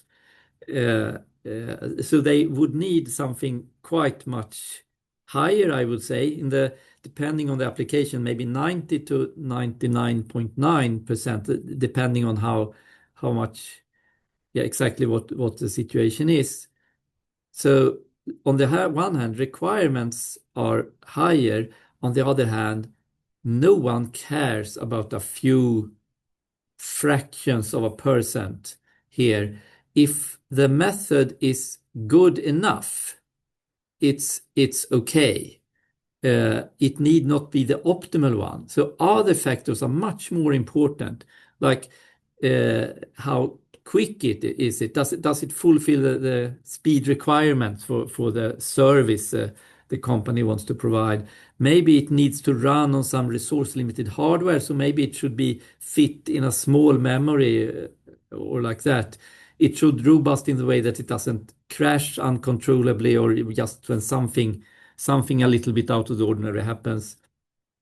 And it should be possible to handle. Maybe it should be explainable. Maybe it should be, there are these more practical aspects that need to be working, which is far more important than the few percentages in the end, maybe in the performance. So this is a kind of very, very different attitude actually between these areas, which one might need to be aware of. So, but now back to the actual, now an anecdote on this before getting back. So just regarding these numbers and academic and practical applications, I have been doing a lot of anomaly detection, and there typically we try to, so it's an unsupervised task, and it was actually in this case I have been doing anomaly detection for many years in all possible domains, but this example is from when checking for strange ship movements in the Baltic Sea or on the seas in general, vessel movements. So to detect strange things. And then, of course, I can talk a lot about that, but I will go to the point here. And that is when people in academia are doing anomaly detection, we want to try to find something that is unusual. And then typically one can have a kind of hypothesis testing approach and saying if a behavior is less likely than 5%, then it's significantly different from the normal situation. Like a normal hypothesis test is something, if it's less than 5% chance that this belongs to the normal behavior pattern, then we say it's an anomaly. However, there are around 10,000 vessels at any moment out on the Baltic Sea. If we would point out, if they run normally, then this hypothesis testing would mean that 5% of the normal moving vessels would be assigned as anomalous at every movement, at every single moment in time. So, which is, now I try to, what did I say? Did I say 10,000 vessels? That means 500 vessels. At every moment, there would be 500 vessels assigned as anomalous, even though they were quite normal. But the actual strange situations we might want to find, like grounding risks or collision risks or some vessel doing a strange movement, someone has fallen asleep or something at the wheel, those might occur once a month, maybe, not more often.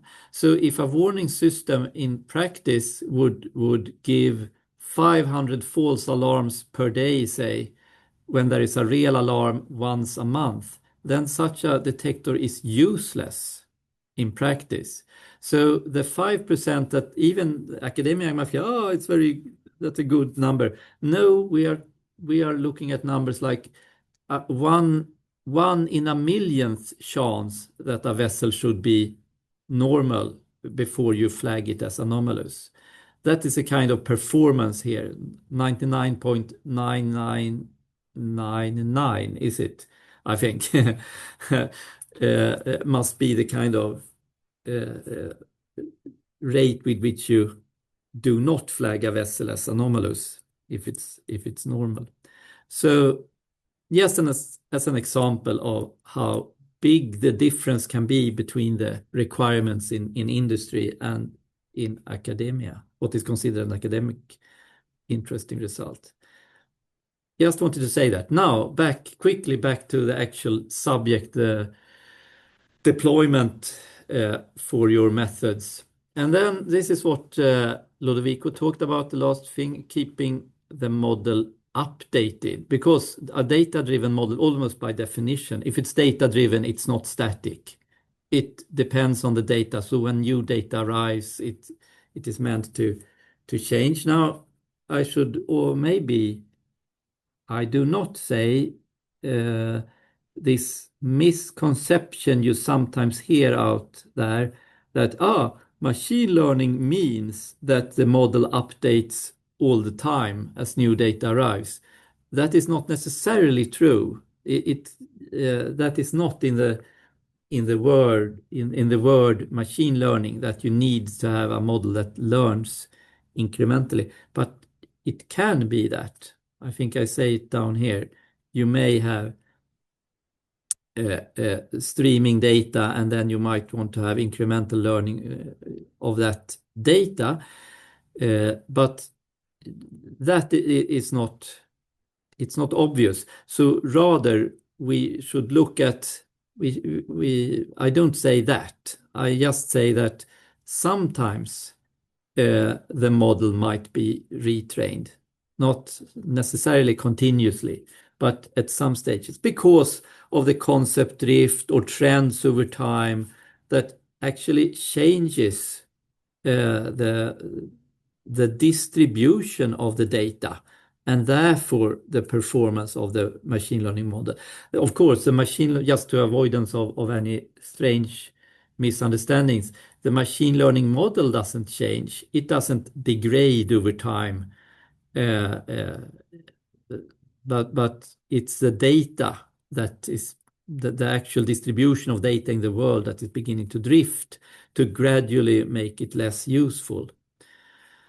And then there are different kinds of drifts. I won't go into them now. You can distinguish between, okay, so I will a little bit, you can distinguish between at least that if you have a number of different classes, suppose you have a number of different classes with different appearances, either the classes may drift over time, so they change appearance, what belongs to each class, or just the proportion between the classes changes over time. So that's two different kind of drifts with different consequences for the machine learning model. If just the proportions changes, then that might have less consequences, for example. It might still work well. And the whole key here is which is a difficult thing, that you need to monitor and validate the performance of it. So first you need to, of course, validate the performance somehow while the model is working, and then when you retrain it, you need to validate that it still performs as expected, so you doesn't just completely trash the model while you try to retrain it. So and these are two different things. It's the same, I think Lodovico said something similar like this, that if you monitor the performance over time, there is no idea of having a fixed set, a fixed, what you just, okay, I will introduce this word that Lodovico was searching for. You need, when you retrain your model, you could talk about regression testing. So you can call it a regression test set, as different from this ultimate test set to check for the generalization capability of your trained model. Now you want to have a regression test set that is kept constant, so that on the one hand, after doing a retraining, you want to know that the performance, you want to pack it with things that at least the model should manage, kind of, and make sure that it still manages these things after retraining. On the other hand, you can't use that between the retrainings, because then you know the performance already. It will not change. So to monitor the performance as the data starts drifting and the reality changes, then you need actually you need to have some way of assessing the continuous performance on the real task. And that might mean this important question: will the ground truth be available in the future? Or is it so that someone spent a lot of effort to labeling ground truth, labeling all the data in the sets, in the training, test, and validation sets you used for producing your model, but then this will be left for the model. So you assume that the model, the results, the class outputs from the model, you trust it as if it were the ground truth. Then you're in a kind of a tricky situation, because then if the world starts drifting, you can't tell if if you trust the output from your model as a ground truth, possibly hallucinated output from your ground truth, then use that as your new ground truth when both evaluating and retraining your model, then it may be stable, but you can't guarantee that it is stable anymore, such a training. So this is tricky. So you need some objective way of measuring the performance. And in a sense, in classification, you need ground truth labels. In a sense, it's easier in an unsupervised situation when you don't have any, you don't assume any labels, but yet for anomaly detection, which is a typical unsupervised case, it is also difficult to know what anomalies, what of the detections were real anomalies and what anomalies did we not find. So again, this is tricky, and I have no general reply to how to do it, but one needs to think out a way: how can I objectively assess the performance of my method and find new ground truth when retraining it? Okay, so this is tricky things. Yeah, I'm good. I'm good on time, actually. Any questions so far? I'm not sure I can answer them again. I will try to dodge any difficult questions, but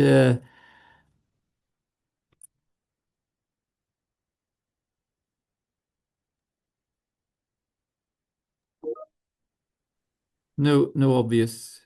No questions in the HackMD? Actually, one just appeared. Is there any specific metric to evaluate the performance degradation, or should we create custom metrics for each model? That's a good question that I have not. I don't have a straightforward answer. I would say it depends on the task. What do you actually want to solve? Because that informs what metrics is it. I mean, and it depends on, will you have the ground truth or will you not? Or is it customer satisfaction that is your metric? Or is it revenue, sales revenue, whatever? It all, if I want to abstract a little bit. So I would, unfortunately, at this point, I would say it's mainly dependent on the actual use case, unfortunately. And one can talk a lot about how far can we trust the machine learning output? Can the machine learning put a reliability score on its own output, and we can maybe use the most reliable ones? Yeah, you can go that direction if you like, but it is, let's acknowledge it's difficult, and you probably need to do it case by case. Yeah. Anything else, or should I continue? Then I go on. There is another one. Yeah. Can the regression be automated as well? The regression testing, if partially, given this discussion, that does it make sense to make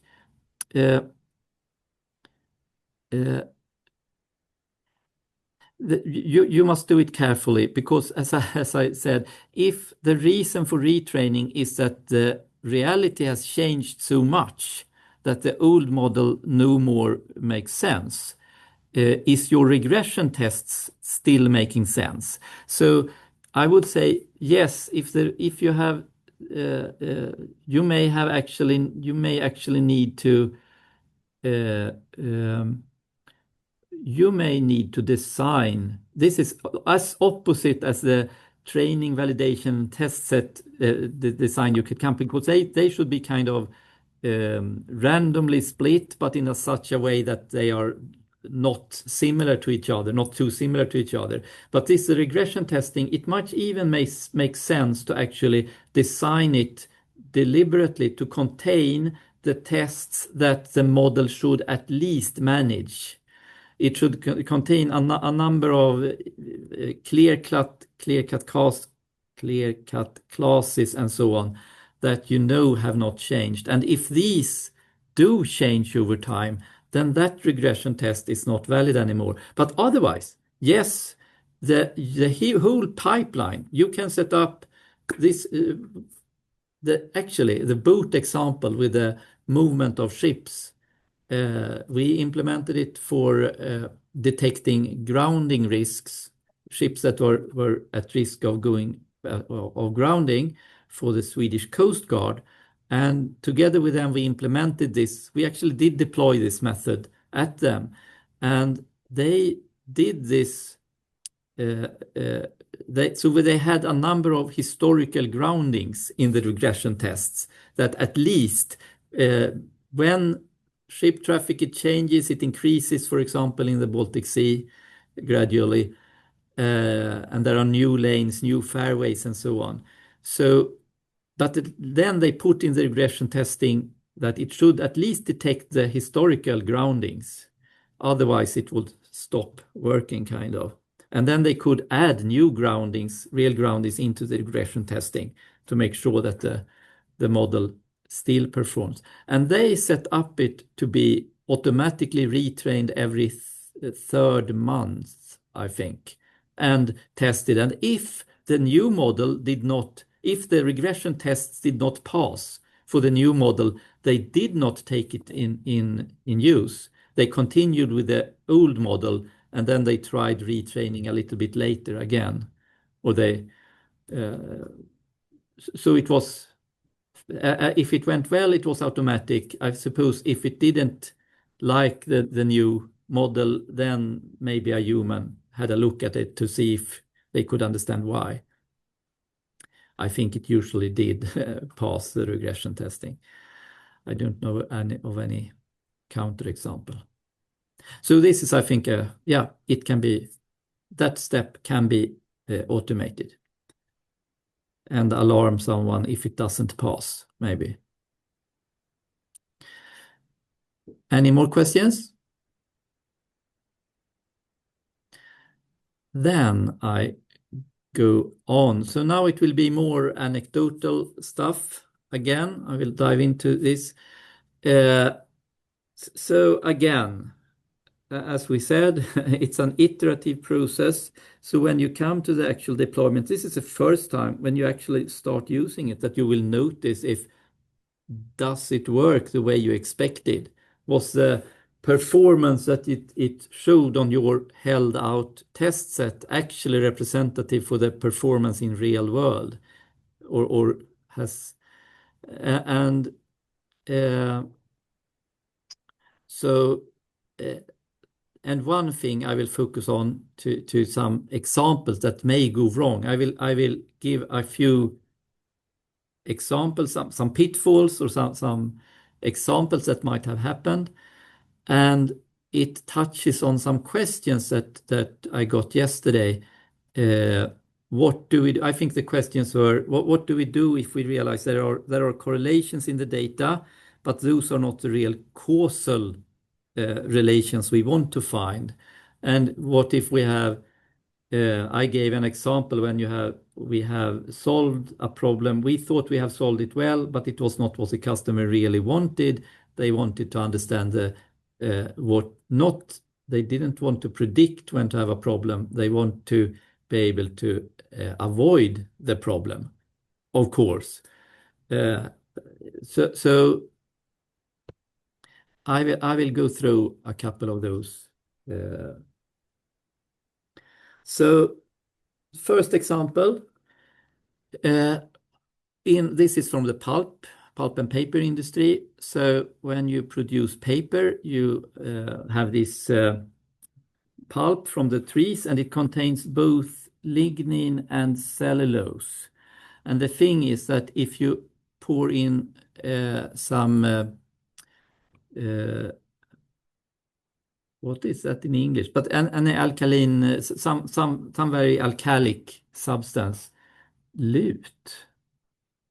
I don't remember what it is now. Into there, then you raise the pH, and then the lignin is broken down. So you get down the content of lignin, and that is this kappa number represents the amount of lignin, and you want to get away with it because you want the cellulose in the paper mainly. And the thing is that everyone knows that the relation is if you pour in more alkaline material, then the lignin will go away. So you will get a lower kappa number. But someone actually analyzed process data and made this plot between the kappa number and the alkalinity.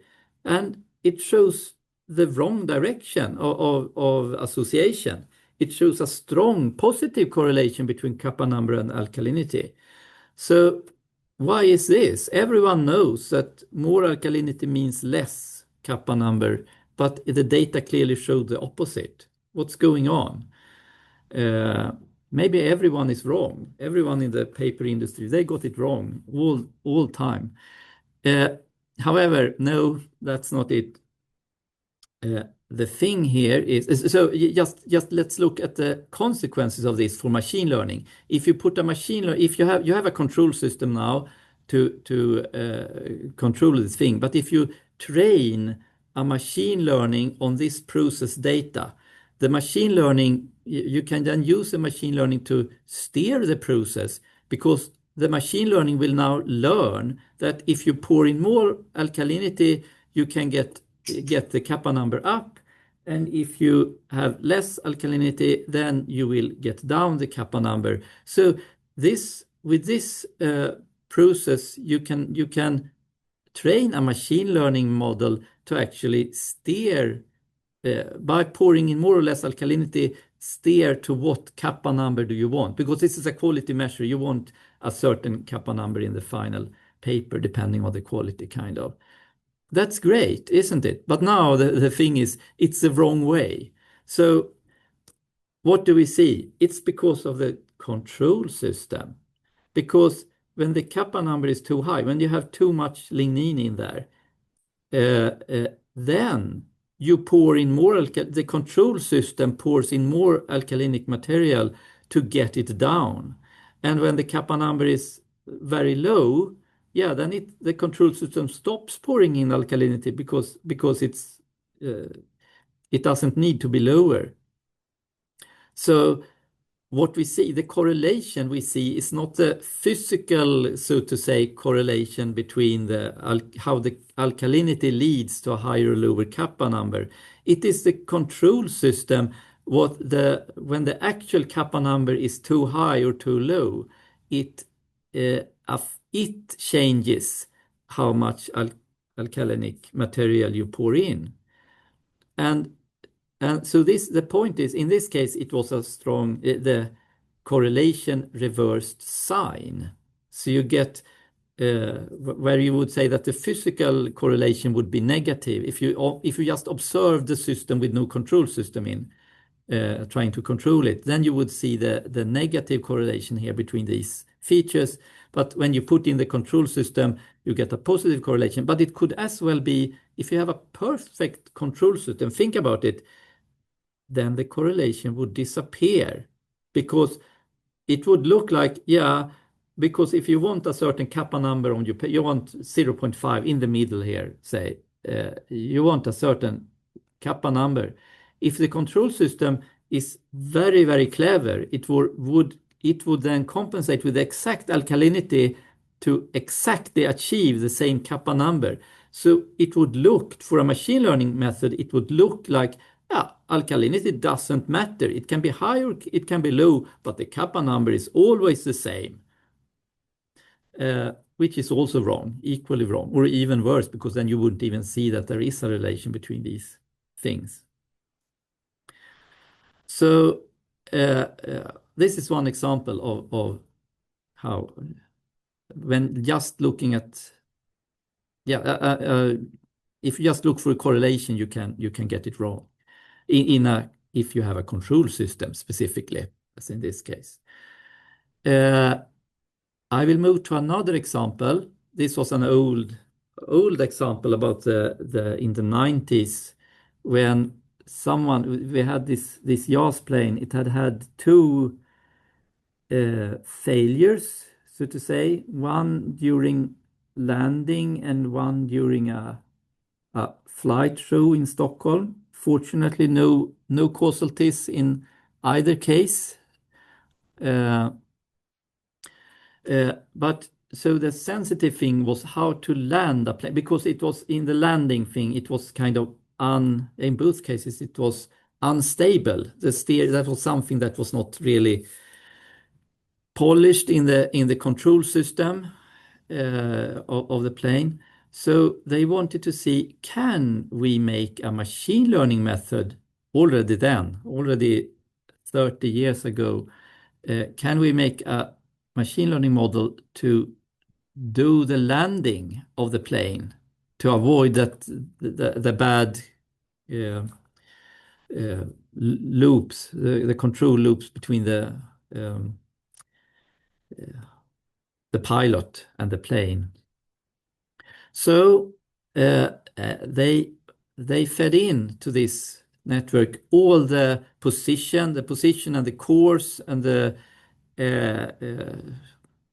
of the airplane in the air, and also how the pilot maneuvered the steering pin. One of those early attempts with what's it called? This is it piezoelectric, when you just press it, you don't move it, you just press it. So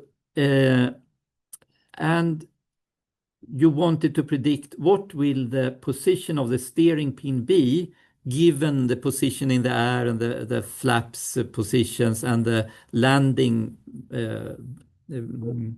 pads position and so on.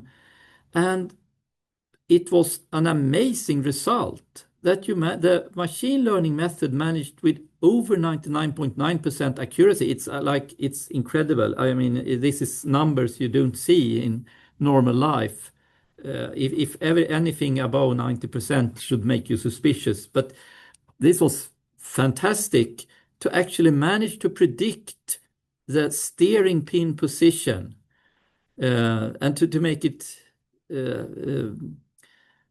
and they actually, to make, I didn't mention, but to make it to have the full data, to not miss anything, they sampled the data every millisecond just to catch the time series in very high resolution here. So it was a fantastic result until they looked at what did this machine learning method look at? How could it predict it so well. This was,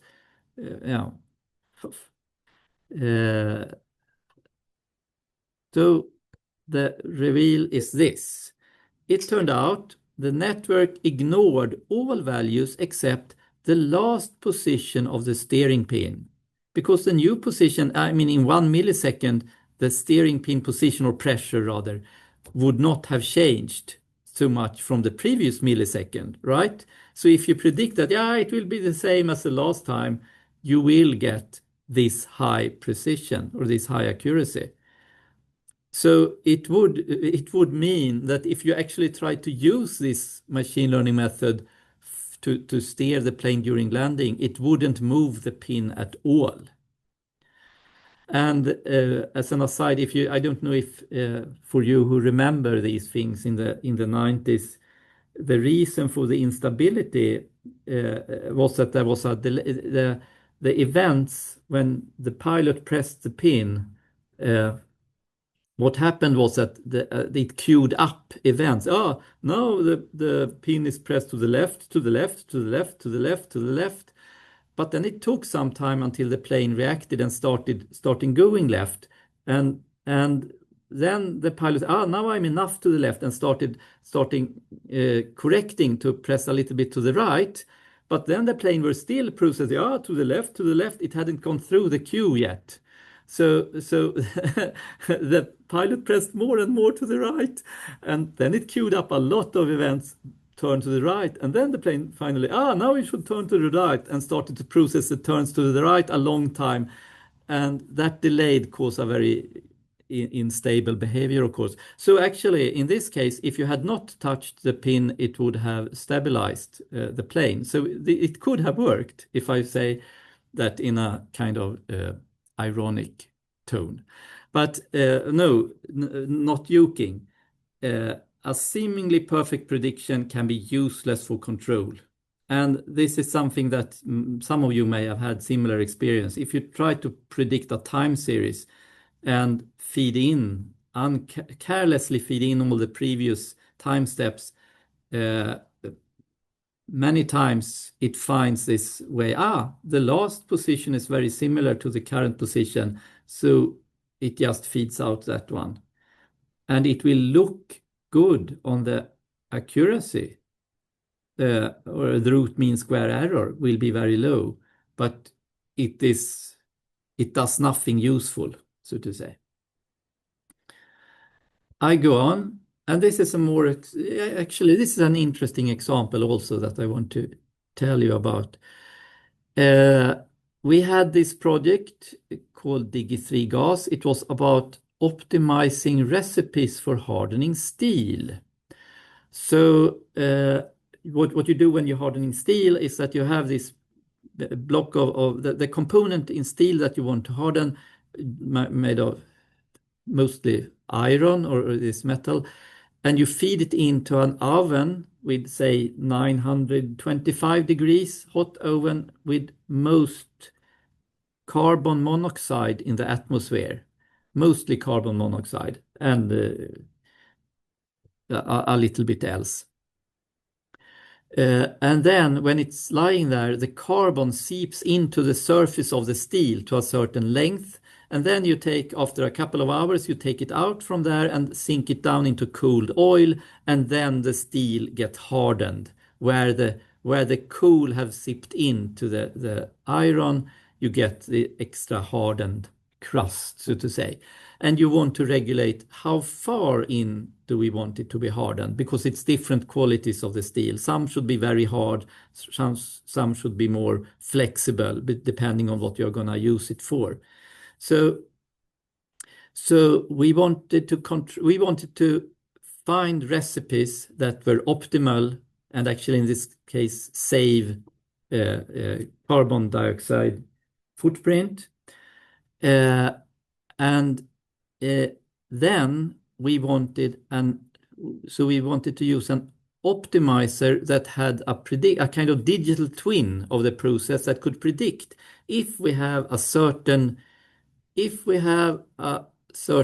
atmosphere in the furnace or oven, and leave it there for furnace may be the right word.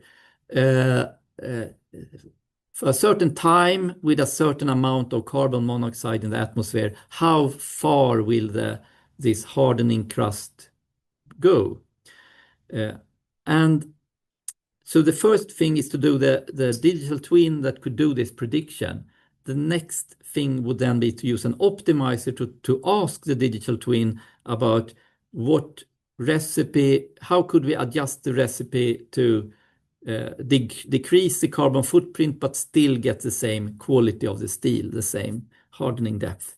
That was a long description of this use case, but I hope it's worth it because this is similar to what many want to do. You want to use machine learning to train a digital twin over a process.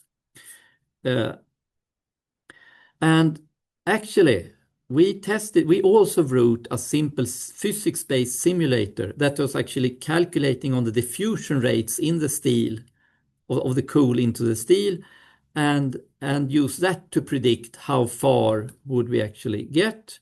And then the actual samples were also cut up and measured so we could get the ground truth, how far into the steel. It was trained on real steel data, so we could measure exactly how far was it. And then it turned out that these numbers are in millimeters, root mean square error in millimeters, that the precision of the best machine learning model, we tested 4 different models as you see, but the random forest here could achieve 0.058 approximately, and the simulator also did 0.0558 millimeters in root mean square error.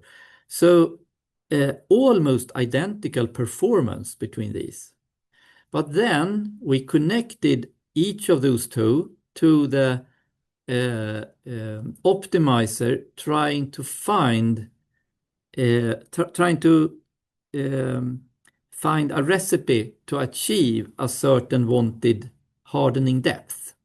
And then, so I have a table, it's a lot of numbers in the table. I will try to get to the point quickly.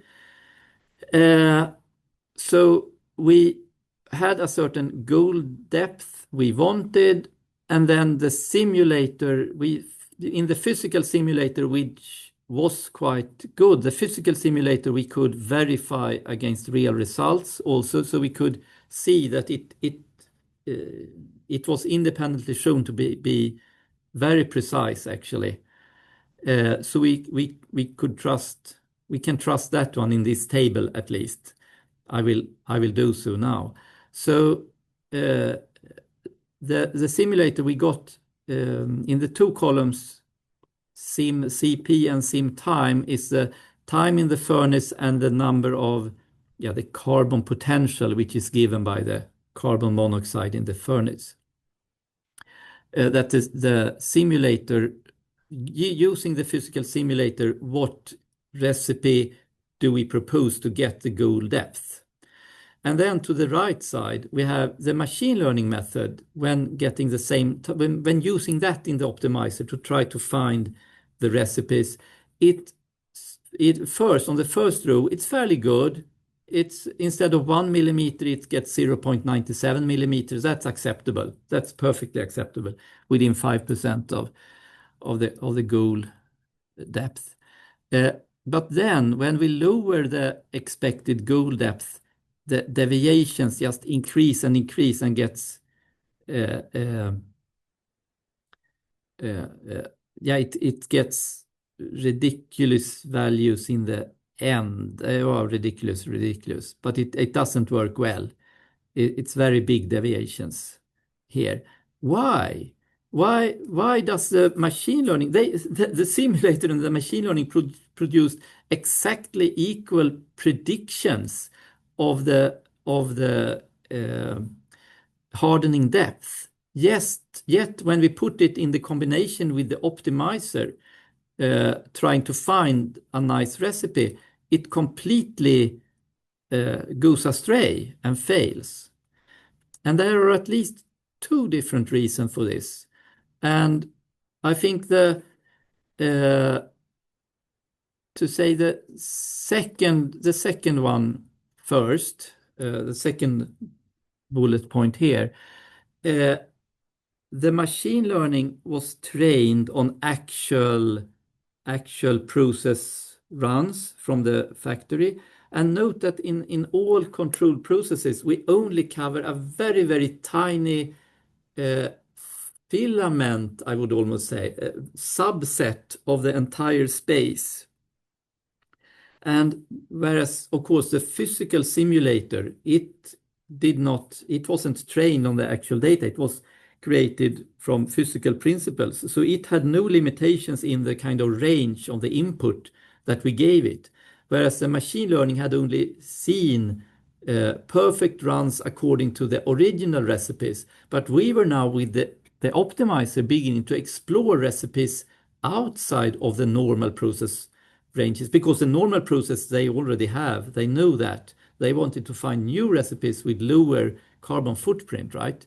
So that means that the optimizer needs to try this digital twin outside of the normal production range of values, outside the area which is what was trained in.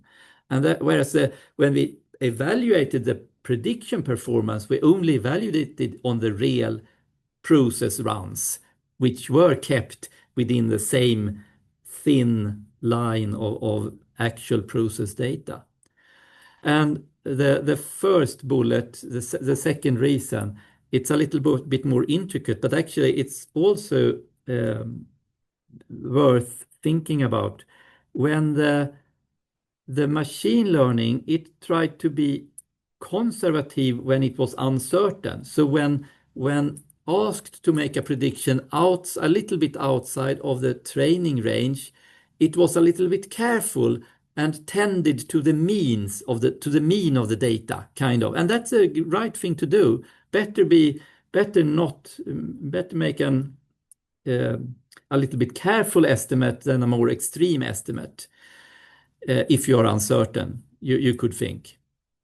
However, the optimizer who wanted a certain depth, hardening depth, would then, if the machine learning predicted a little bit lower depth than say the optimizer wants 1.2 millimeters, say, and the machine learning is a little bit uncertain. So when you give the properties that would have given 1.2, according to the simulator, for example, the machine learning say, the normal range is about 1 millimeter. So maybe I will say 1.1 because I'm a little bit uncertain if it will reach 1.2. And then the optimizer said, 1.1 is too little. I want 1.2. So I need to put in more temperature, more time, more carbon monoxide. And then the model says, maybe 1.15.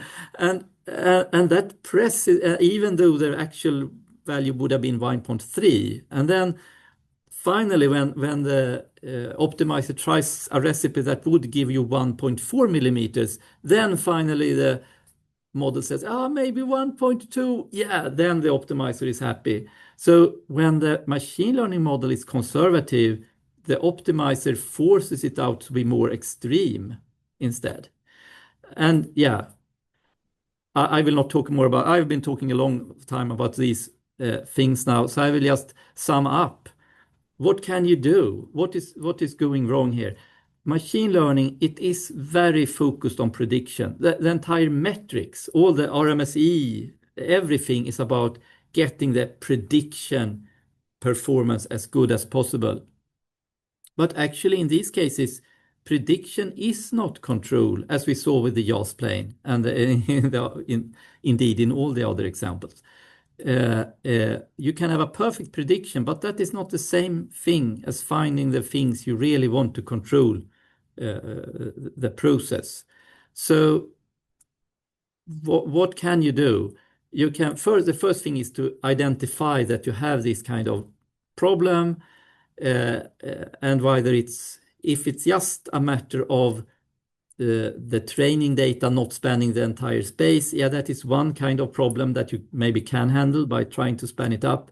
If it's the other kind of problem that you have actually features that are not causally correlated to the one you're interested in and still it uses it, so then actually steering on it will not work, like in the first case with the lignin. So then you may need to complement your machine learning method with either domain knowledge by saying, this is actually an output, not an input. Don't try to control that one. Or you can have a physics-based simulator, as is in the steel hardening, or you can use, I can talk for hours about that, so it's out of the scope of this course, about causal models that try to figure out the causal direction between attributes and make more models that are more appropriate for actually doing this counterfactual reasoning. What would happen if we changed the parameters to this?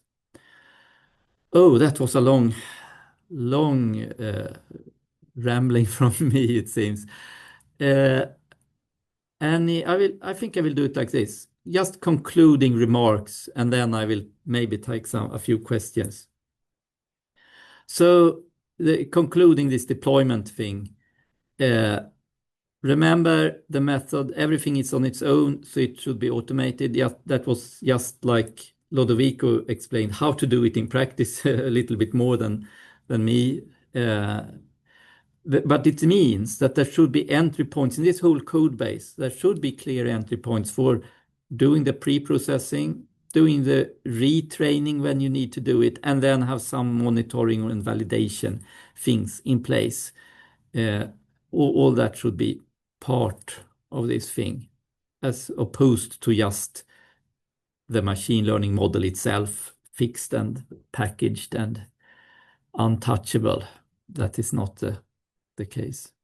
And yeah, just normal advice. Don't make the code crash easily because unexpected shit happens in reality. Never in academia, right? But in industry, it does. And as normal, this is just an iterative process. Be prepared to go it all over again. That's what Lodovico also said. And that's it. Now, questions?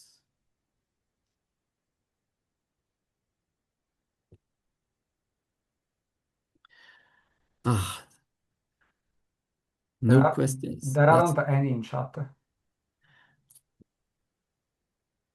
There is one which has been answered, which you haven't seen. In a case like the plane, would a method be to prevent the neural network from focusing on just one feature like it did just the last one? That's a very good question. I would say no, that's not the primary problem here. You can't really forbid it to consider the most informative features, but maybe it is not the next. Maybe you could have encoded it to say that, okay, you know that of course the next position will be similar to the previous position, but then what about the difference? Encode it like try to predict the active difference from the current position then. That you may say, but that's the same. It's just a linear relation. You can just take minus. It should be equivalent mathematically. Yeah, mathematically maybe, but you have a noise level here. And the noise in the sensor for the current position and the prediction for the next position, the noise levels there might be larger than the actual predicted difference. So it will actually hide the real signal in a noise. So a much better strategy could be to encode the output as a difference.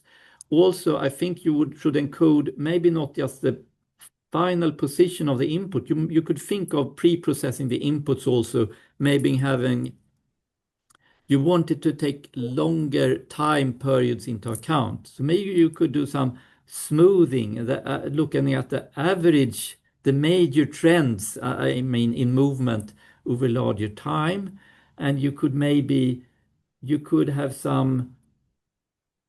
Yes, actually, in this case, you are right that to include the actual thing you want to predict, the previous time step of the thing you want to predict. Maybe you shouldn't. Maybe you could do this domain knowledge-based thing. You can tell these are the things, the circumstances in the environment that we cannot affect. These are the things we can affect, and these are the inputs to affect them, kind of. And maybe I have not thought it through exactly, but with that kind of modeling, maybe you would come to the conclusion that no, the steering pin should not go into the prediction. It's the output, only the output. So, but you need to be careful because the delta encoding I think it might be better in this case, the delta encoding, than to censor it. But again, it's an art to find the right modification. I think it could have been done better, but at least, yeah, something of this needs to be done when you have a time series and want to predict it like this. Thank you very much, Anders. And I, yes, have a couple more slides very quickly to steal your last few minutes of attention. And it's to quickly, very, very, very briefly cover a little bit the elephant in the room, which is that in the year 2026, one might ask, MLOps is cool, but what about my slides? Yeah, okay. What about LLM ops? Because now that is all the rage, right? Now we are no longer building machine learning models. Now we are building systems based on top of LLMs. I mean, this is not true. We are still building a lot of traditional machine learning models, and I have to say traditional now deep learning models. But LLMs are becoming a key component of some workflows. And so people are starting to talk about LLM ops. How do we operationalize LLM models? And this could be a whole course. So we are not going to cover these in detail. But we just want to send one message that LLMs and LLM ops, they do not erase all that came previously in terms of best practices. In fact, I would go as far as argue, as a maybe slightly opinionated position, that LLM ops should be thought as just a special case of MLOps, because LLMs are still machine learning models. And making sure that LLMs do the right thing and having the right process to bring LLMs to production is the same as bringing any other machine learning model to production, with some caveats. And I should mention, if what you're doing is you are having your own LLM, you are taking an LLM, open weights LLM, and fine-tuning it and deploying it yourself, then you are pretty much doing MLOps because you are performing a training process and everything.